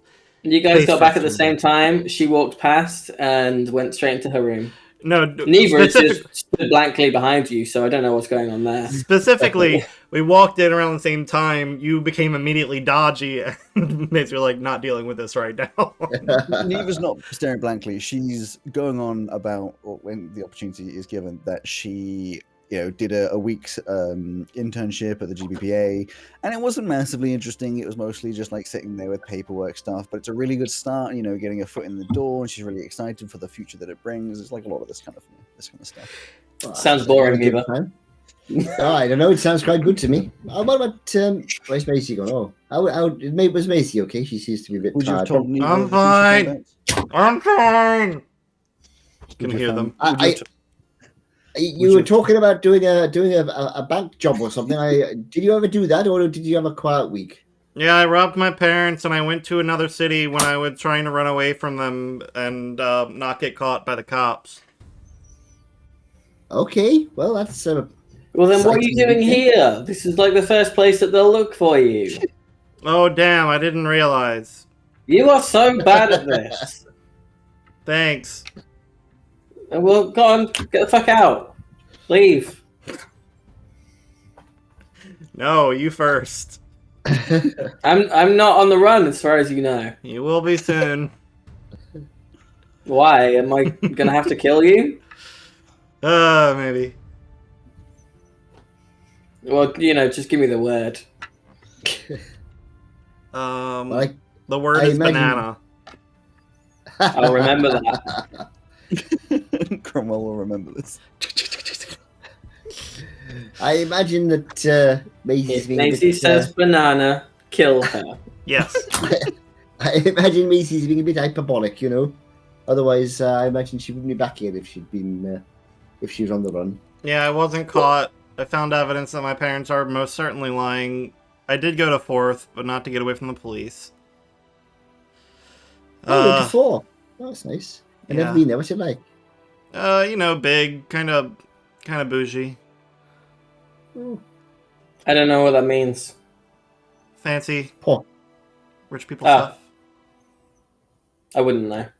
Did you find what you were looking for? Well, more specifically, I didn't find what I was looking for, and then I didn't find a birth certificate. Whose birth certificate are you looking for?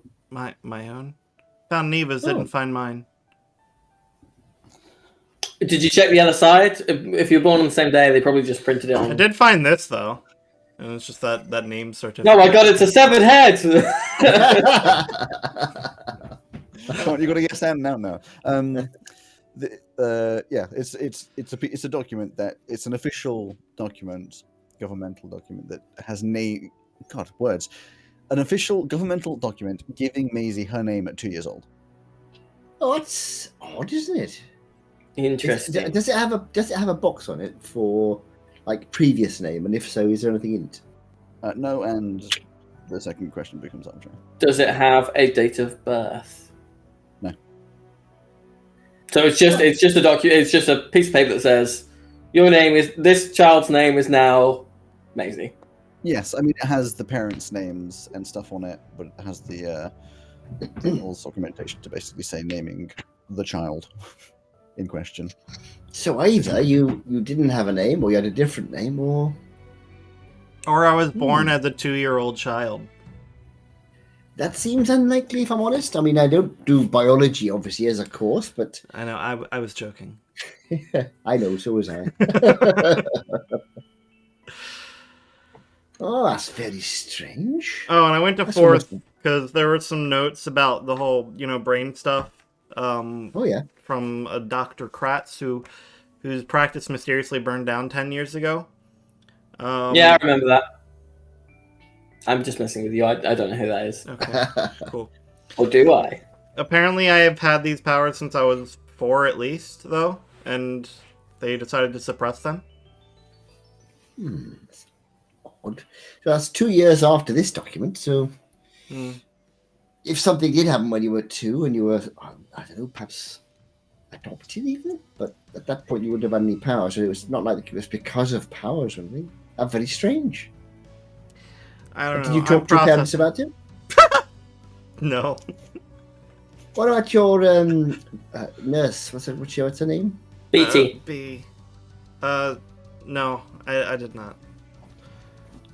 I'm not sure who in that house I can trust. I talked to Neva, but she seems to be loading for a long time. I feel like she'd have a big reaction to this, but she just kind of little beach balls right on her face, just spinning around. It's a lot to take in that your twin might not actually be related to you, so... Yeah. They might not even be twins. What a revelation that would be. Can you imagine? I mean, I think it's pretty unlikely, though. I think I can imagine. Funnily enough, I think I can. Yep. Okay, well, what are you going to do about it? I don't know. I don't know. God, if only there were people that you could ask about a presumably highly qualified academic. I mean, somewhere around. Yeah, I'm gonna do that. I'm gonna ask Professor Gernthal now that I know that there's like literally something making the brain stuff not work right. If she can figure that out.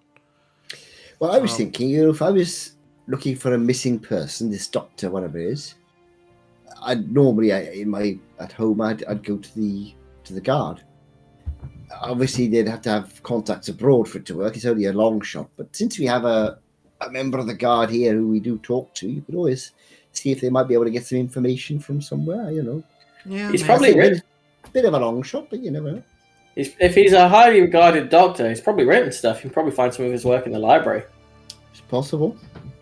Sure. Do you know what he was a doctor of? Is he a physical, like a GP doctor or a? I don't know. Okay. I mean, I guess it was probably something psychological or magical, or I don't know. Well, you know where he was 10 years ago, so. You got a physical description? No, just a name. Some of his notes were stored away. I found them. And they say... It was basically about the suppression of my powers when I was 4. Suppression of your powers? Yeah. And saying that they're going to grow in unknown ways. Well, I guess the way that they're growing is being not suppressed anymore at the age of 16. Well, unless they are suppressed, and you could be... Oh, no, they're definitely still suppressed. It's just they're so far past that suppression thing that it doesn't even work right anymore. And now it just makes them a pain in the ass to use. Could be, of course. Well, maybe if you could find this doctor, he could do something about taking this suppression away. Yeah. Hopefully Professor Gernthal can do it and don't even have to worry about it. That's true. Now you know it's there. At least you know what to look for. Oh, and they knew that my powers were from a different planet as well. That was also there. So, yeah. Well, I suppose that makes sense. I wish I knew where mine come from. I mean, what magic I have is just came out of the blue. My parents don't have any sign of it. Nobody in my family does. Well, isn't it meant to come from, like, the gods or something? Well, my father thinks it comes from Elm, which would make a sort of sense, but I don't see why it should suddenly be me, not my father or my uncle. And Neva really is the odd one out here. Like, Maisie, you don't know where your powers come from. Carl, you don't know where your powers come from. I don't know where my powers come from. And Jay doesn't know where her powers come from, although we did discuss the idea that instead of being a human who turns into a jackal, she is in fact a jackal who turns into a human. Cool. An intelligent jackal, then, obviously. Yeah, an awakened jackal. So a rather unusual jackal, that's what you're saying. How many jackals have you met? One. Well, no, a better None. rare jackal, I suppose. I wasn't even there when you turned into a jackal, so... Oh, no, I was there the first time, so I guess one. It's kind of, if we're counting you. I don't think we know how intelligent the classic jackal is. Good question, yes. Is the jackal, like, the symbol of anywhere? Like any noble households or Absolutely no idea. shipping Probably. companies? No? Shipping companies. Doctor's offices. Doctor's offices. No, I've What- not really come across jackals very much. Not in a What's city your or last name, Jay? I don't pay attention to people's last names because I don't call it by them. Resequin. Say that again? Resequin. Resequin. Resequin. Resequin. Asquin. Resequin. Resequin. It is Resequin. Okay. Mhm. Well, none of that sounds like jackal, so I can't help you there. Maybe it's ancient Elven for jackal or something. Is jackal spelt with a Q? Jackal. No, I Jackal. don't think so. It's probably nothing with that then. Has it ever occurred to anybody else that if Cromwell was completely drunk all the time, it would explain an awful lot? Yeah, that would do it. Just a thought that crossed my mind. But unfortunately, he's like insistent on not drinking anything. Maybe that's No. the problem. Not in front of you. Maybe it's didn't you used to drink coffee all the time? Maybe it's withdrawal symptoms. No, that's a different company. You're talking about a different universe, I think, in a dream that we all shared. Yeah. That's right. Parallel Well, universe. maybe you should try it. That's someone who has a completely different voice. Oh yes, an even more annoying voice. I remember. Oh god, I think my voice is changing. No, No. no, no! Ah. Not like this! You did an entire session in your normal voice, last Harris. So maybe this session now just needs to be completely in. I'll just go with one that we did a little bit from an even more strange world. Hello, my name's Cromwell. It's King Candy. I say disturbing things sometimes. Yeah. But anyway, sounds like we all had a nice break. All ready for the new rest of the term then? Yeah. Oh yes. Yes. Is there a psychology department at this university at all? Oh yeah, there is. He literally does. Yep. Yeah. Pay attention, Cal. I mean, Before we I'm just left, you were like, "Oh, why don't you go see your family?" And now you come back and you're like, "Oh, I wonder if this place does psychology." I'm thinking, perhaps they might have some work to do. Just a thought. Wait, I me? think they probably do research rather than work. I think I can. Yes, that too. I already have like 2 sessions a week with my professor, of course. So, yeah. No, you're being a little harsh now, Cal. I wasn't thinking about Maisie, if I'm honest. Oh, okay, cool. You want to get some help for yourself? Oh, that seems healthy. I think it would help me. Yes. Well, that's a very mature choice.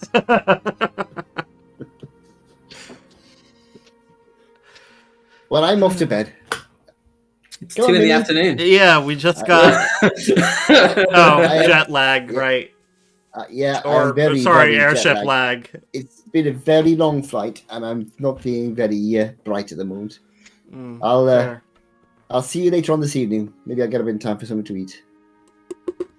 Okay, I'm going to go check the perimeter for no reason. See you later. Are you ever gonna tell us what you're doing, or should we just operate on the assumption that you're just gonna be weird for a while?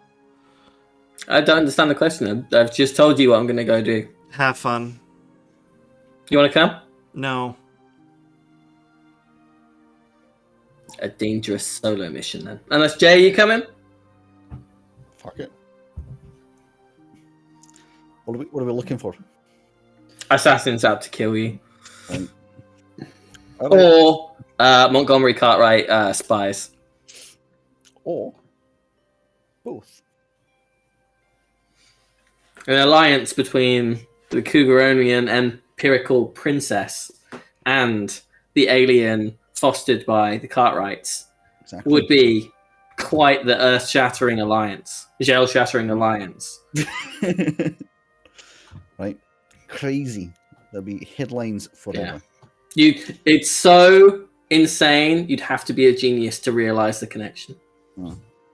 That's why I'm here.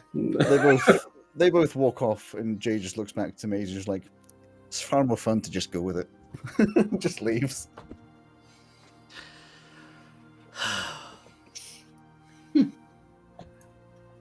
Now role play your freaking perimeter check. Do it. Okay. You want to go? You want to check the cafe first? Sounds good. There might be poison in the coffee. That would be silly. Yeah, probably. You know, none of us even decided to make any kind of check to see if it was a disguise. Let's see if what was a disguise. Cromwell's whole bruises and battered to shit No, look. You didn't? It's up to you what you want to make of that. That's going to be my assumption until assassins do pop out of the woodwork and try to kill us. So, now that's in your campaign with the shadows. Anyway, the weekend goes across fairly quickly. Nothing much dramatic comes out of it.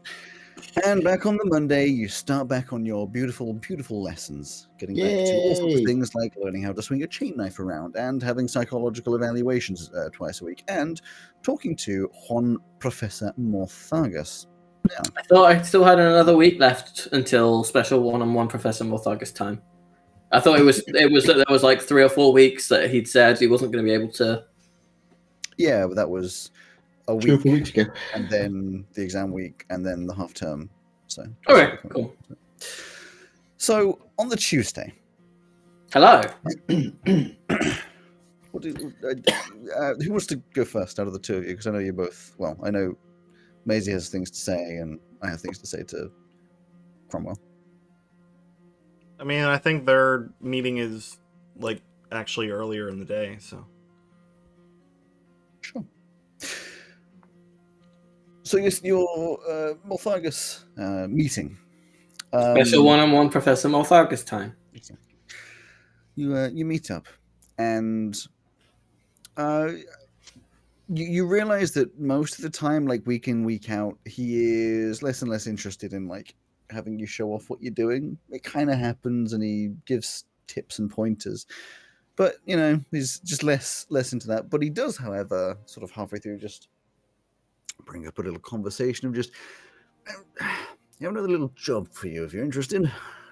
Sure. What do you need? Well, it's not a big one. Just like the last one. It's just more time consuming than anything. Okay. There's a particular ingredient I'm in need of. Not the easiest to come by and very expensive to buy, so I'm not bothered with all of that. It's a seed called Reticulosa metricita, otherwise known as a thewseed. It almost sounds made up. You might. It's all made up, Rowan. You may have seen it before. It's a tall plant that sort of shifts colours between purples, blues, pinks. Most notably, though, it has a glowing seed that sort of hovers in the centre of the flower. Some people find it very attractive. Boring. However, they run for about 100 gold pieces each for the bad ones, so I wanted to go collect some instead. Do you know, I have in fact seen one of those up close and personal at the shop that you sent me to for your last thing, because yes, I wouldn't be surprised if it's one there, but I saw some moron try and like stick their face in it before they were pulled I back. wouldn't do that. No, Yeah. you'll come out permanently disfigured. Anyway, Yeah. I wouldn't go to him. He charged 200 gold or something, pretending it's so hard to get. Well, anyway, they normally grow deep underground, hence why they're so expensive. But I planted one a few years ago that should be about ripe for picking, if it's still there. I will say I have never grown anything or looked after any kind of living thing in my life except for me. So to grow it, you just need to pick it. That's fine. And then I can just carry it around. Well, I'll give you a containment sort of box to put it in. Wouldn't touch the thing. Yes, it's in an old warehouse outside the city to the south. You own a warehouse? That's cool. Own might be a bit of a strong word. It's old and dilapidated and overgrown, abandoned. I don't imagine anyone's even aware it holds anything of value. I'd be careful. The Thuseed can have an odd effect on the nature around it. Nothing you can't handle, I'm sure. And of course, payment, I'll give you 10 gold. I should do. Great. And I would like, if not already the case, I'd like to be able to identify myself as your apprentice, if that's okay. You know, if I'm applying for like other jobs outside of schoolwork, I can be like, oh, I'm an apprentice to the great Professor Morthagus. Fine. You do this, and I'll work on some official paperwork of some kind or another. Thank you. Beckman has two N's. That's my last name. Oh yeah, okay, sure. What's your first name, Professor? I'm assuming Morthagus is your last name, but yeah, Ashwell. Ashwell. I think I might have known that. Maybe. Yes, but you're supposed to call me Professor Morthagus. Yeah, well, that's why I didn't really remember it, because it's not the important bit. Are there many people who come to you, like, asking stuff about your first name? I imagine that's quite a familiar thing. You've got a good reputation. I have no idea what Rowan's doing with their face. Slowly melting. Okay. Well, you've got. I'm assuming you've got like a. Oh, people do come to you, but it's because you've got a reputation as like a teacher. Well, I mean, people try. I used to run a sort of like an open wizarding service, but gave that up a few years ago and wanted to teach. Well, I didn't say wanted to teach. I wanted to do research, but of course, teaching goes alongside the research. An open wizarding license, you said? No, it's more like a. And only wizards? Like people ask for things and I can get it done, you know? Oh, cool. Like, I mean, if you've got any cool stories from that, that'll be... Like, what do people come and ask a powerful wizard for? All sorts. Luck, money, wealth, none of which I'm allowed to do. There are rules on it? People usually have like, oh, I want my farm to be doing better, or I want this illness to go away, or I have a curse on me, which is usually not a curse, but take the money and uncurse them anyway. I said they put it under our Creative Commons and like, but this is all a sham. You were based on the coast, I presume. No, that's cool. Is that? I mean, you know, I'm obviously trying to take my magical studies further. That's why one of the reasons I'm here at university. Does that pay well? Is that something I might want to look into getting into in the future? You have to be pretty bloody good at it, but yes, depends what they want. You know, good enough, you can charge anything. If I can be even as good as my teacher, well, I mean, let's be honest, completely unlikely, but yeah. No, well, that's the hope, you know. Okay, so open wizarding service, interesting. So people just do come and ask just for whatever. Well, it used to be easier than it is nowadays. There's a lot less restrictions, but you can still find space to do that sort of thing. Interesting. Government likes to take a lot more money these days. They sure do. So it's okay. I was just kind of imagining it would be the government that would come and ask you for stuff, but sometimes you mean literally anyone? Yes. Okay, cool. What was the most annoying request you got? Like the one that people would come and you just be like, ugh. All the time, bloody curses. People always seem to find themselves with a curse. I don't know how they do it. There's a curse here, there's a curse there. Someone's put a curse on me. I have a curse on our land. I'm a werewolf. You know, and they always want it undone. Well, speaking of curses, and you mentioned the werewolf, You ever heard of someone who can just turn into a jackal and back, but it's not like an uncontrollable monster kind of thing? It's just... I mean, there's plenty of people that can turn into animals. But, Fairly like, standard. this would be someone with no association with, like, natural magic. Jackal. I mean, I know, I thought that was a weird thing.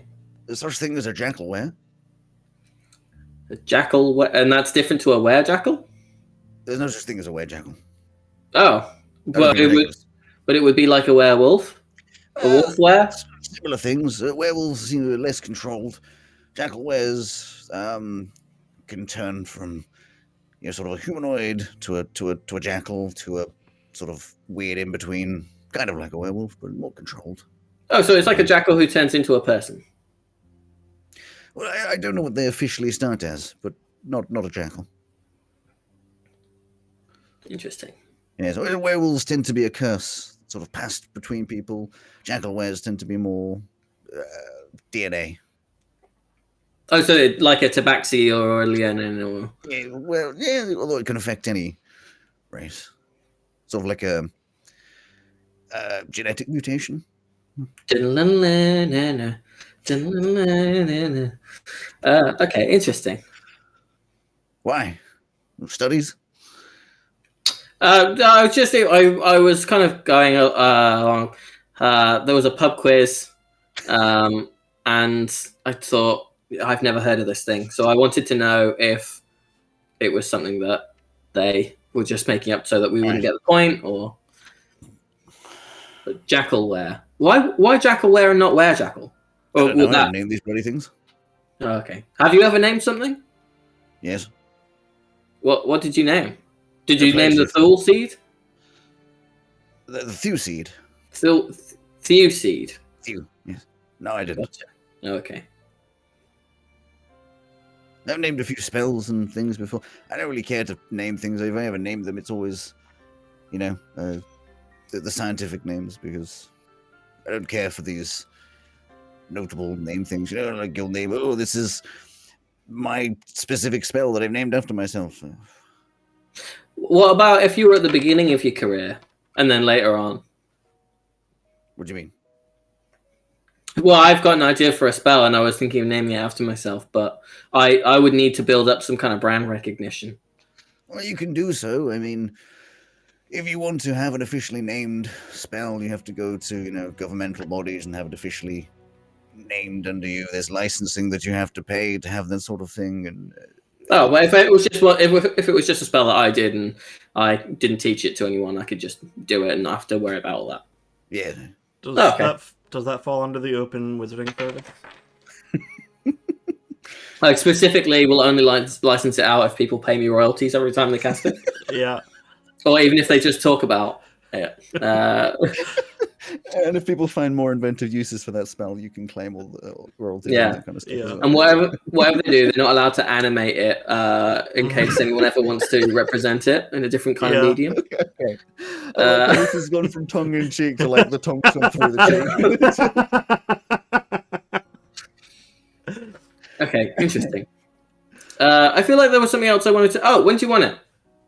Do I have to go get it by a certain time for you? Will it go bad if I don't? I prefer sooner rather than later. Okay, well, if you, I don't know if you have where I live, but stuff just turns up on my common room table sometimes. So if you want to send the containment thing there, then I might go. To you now. Oh, if you got it now, then great. Yeah. No need to teleport it somewhere. I wasn't planning to. Yeah. Oh, I know what I meant to ask you, Professor. And this is slightly random. This is on behalf of someone that I live with. Have you ever heard of Dr. Krantz? I think was their name. Krantz? Krantz. They do something to do with brains and or aliens, and would have had an office that burnt down 10 years ago in Forth. Not a Krantz, but I've heard of a Dr. Kratz. Kratz? Okay. Yeah, it is. It's he used to practice sort of psychological, magical things. A long time ago. He was this is Alex forgetting the word. Unlicensed, disgraced. Mm-hmm. What's the word I'm thinking of? Crackpot. Quack. You're muted. Like a black market. Yeah, Debartner, You know what I mean? you stripped of being a doctor, which is called a thing, which is coming to me any second now. Whatever. I was all taken away from him. Debarred or whatever.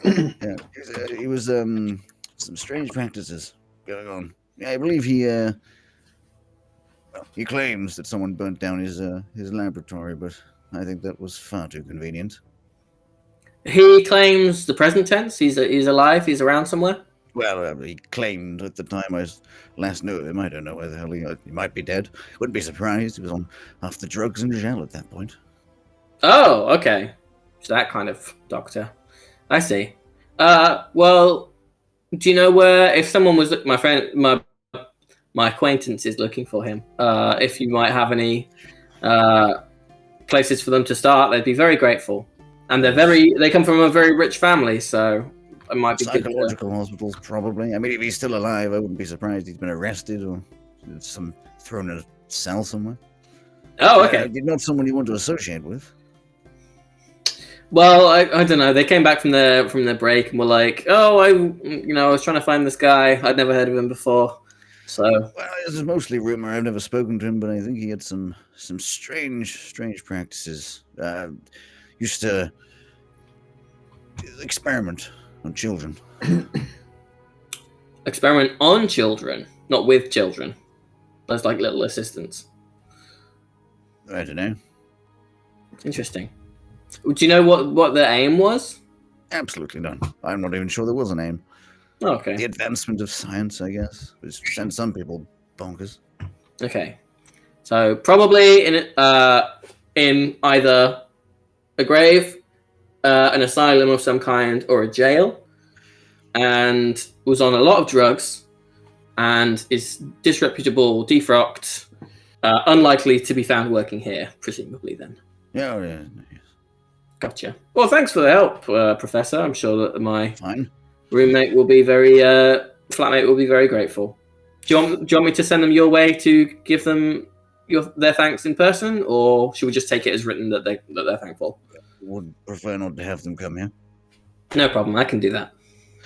Oh, and yes, before I forget, here you go. He hands you a cylinder. It's kind of like the size of a mug, a standard like coffee mug, except it's glass sides with like 4 structural pieces of metal and a metal top and bottom with like I forget what they call it, but you know those like openings where curved pointy bits sort of like slide open.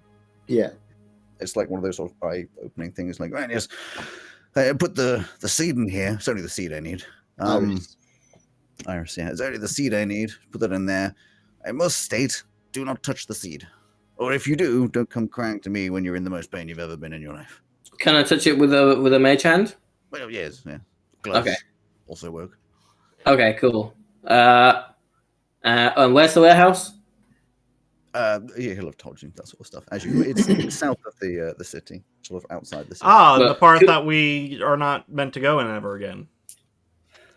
Well, past that. Yeah. South of the city, not the south of the city. Yes. Yes. Okay. But like we'd have to go through there. I mean, technically not. You go the long way. I think we might. It's the kind of thing that we could get to and back in afternoon and evening. I'd give it a day. Okay, so this is a weekend kind of thing. Gotcha. Yeah. Okay. Like I said, it's time consuming. That's why I would do it myself. Yeah, no, that's no problem. I can do that for you, Professor. Have you got any other questions for me? Or any other wisdom to impart, or any other details of the job? Wisdom. Don't shit where you eat. I thought that's what prestidigitation was for. Yeah, I'm just joshing with you, Professor. I feel like we can do that a little bit more now. I find our lessons very valuable, and I appreciate you giving of your time.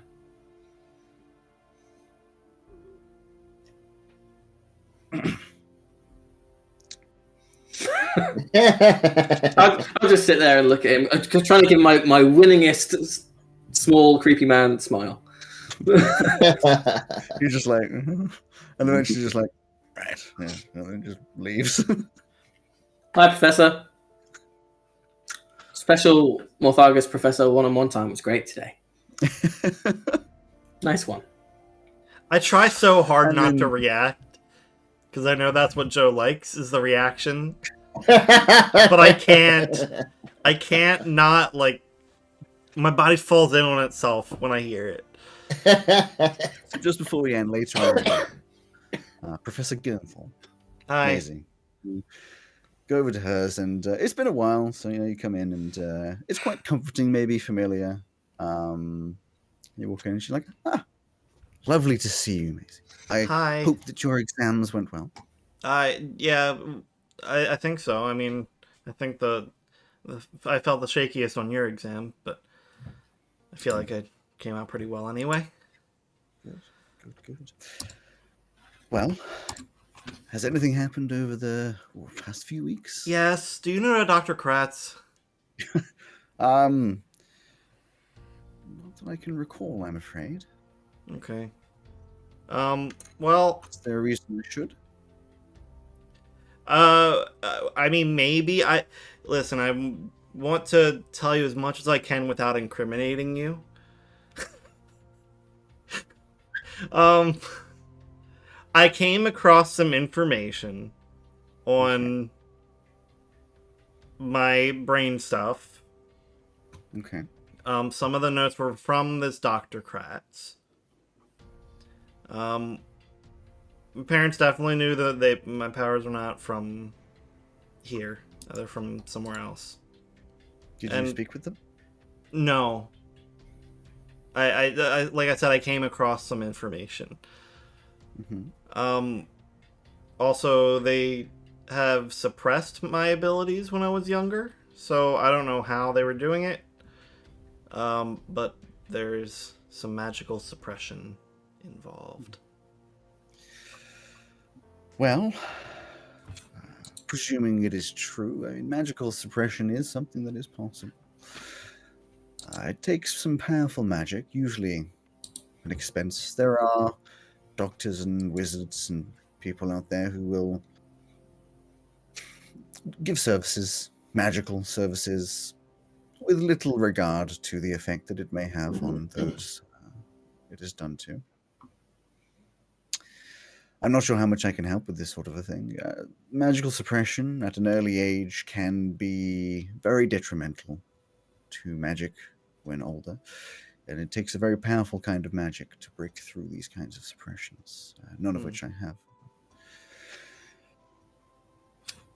In terms of finding this information, and I know this is a very stereotypical question, but how are you feeling? Not great. Have you processed this? No.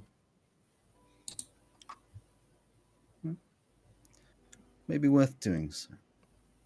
Not with me, But been actively trying not to, actually. You will find that over time, that will be a much more detrimental way forwards. It may feel like the correct way right now, but it will collect, it will hold, and it will make you feel worse.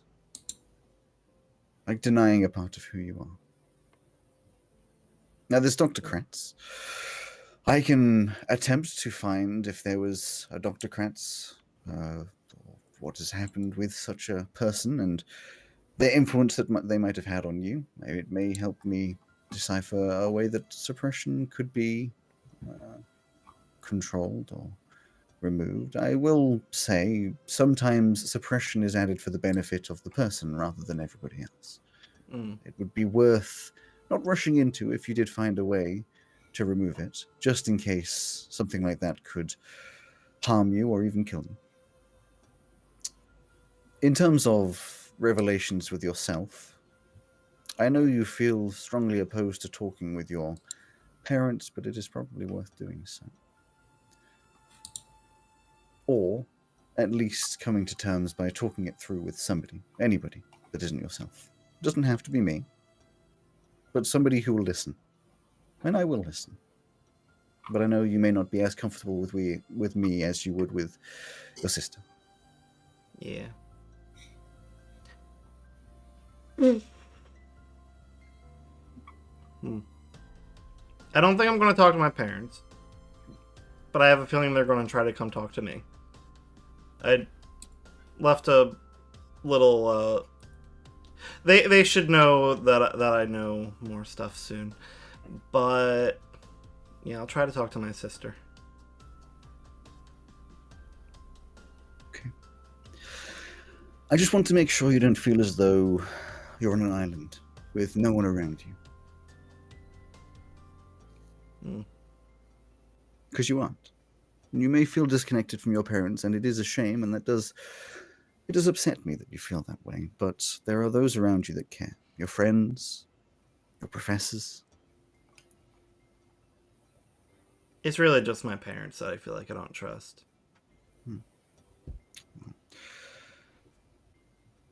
For now, I will try and find some information about Dr. Kretz. And possibly suppression of the kinds of magic you are showing. And you do your best to talk to anyone. At the very least, a pet. Sebastian knows everything. And, you know, there's a little more of that conversation, sort of helping you, talking through exams and, the exam and calming you down, sort of just general psychological evaluation, all that kind of stuff. As that comes to an end, and as, I'm presuming Cromwell's going to tell you about the Dr. Kratz information. I have something to ask first, later on in the day. Okay. Hey, Maisie. Hi. How much money are you carrying around with you? Well, I carry around my gold with me, which is about 12 right now, and then I have an extra little bit in my room, platinum. But you keep platinum in your room? How much? As much as I need to. And the rest is all in the card. Interesting. Would you say that you'd miss your 12 gold if you were to spend it? Depends on what I'm spending it on. Oh no, as in I'm talking proportionally, just on anything. No, probably not. Cool. You want to know some stuff about Dr. Kratz? How the hell do you know about Dr. Kratz? 12 gold will tell you.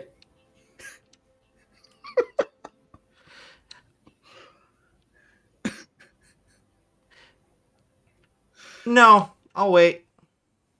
Okay. I'm surprised, but okay.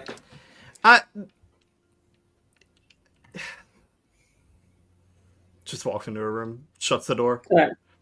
That's a shame. If someone is passing, I'll be like. In fact, no. Even if someone isn't passing, I'll say, I thought she'd want to know where to find him. Would Cal be there? Probably not, but only because at that point we're going to end up the episode, and we'll get back to that drama next time. I love it. So tasty. We've learnt a lot, I think. Oh my god, sorry, my skin is now blinding because my glasses, my camera's decided to really focus on my glasses. Figure at the end of Cal's bed. May the power of Christ compel you. Right. So with Maisie even more confused somehow, Cromwell even more cocky somehow, and Carly just about, just plodding along. Relaxed. Yeah. Although slightly bemused. Because I know where the platinum is. We will end that episode, which means we say goodbye to everybody and give a classical awkward wave. See you in like 2 months, campaign 3. Maybe longer. Yes, there will be a campaign 3 next week, but not with Joe. Not for me. I will be swinging my way down a ski slope. No,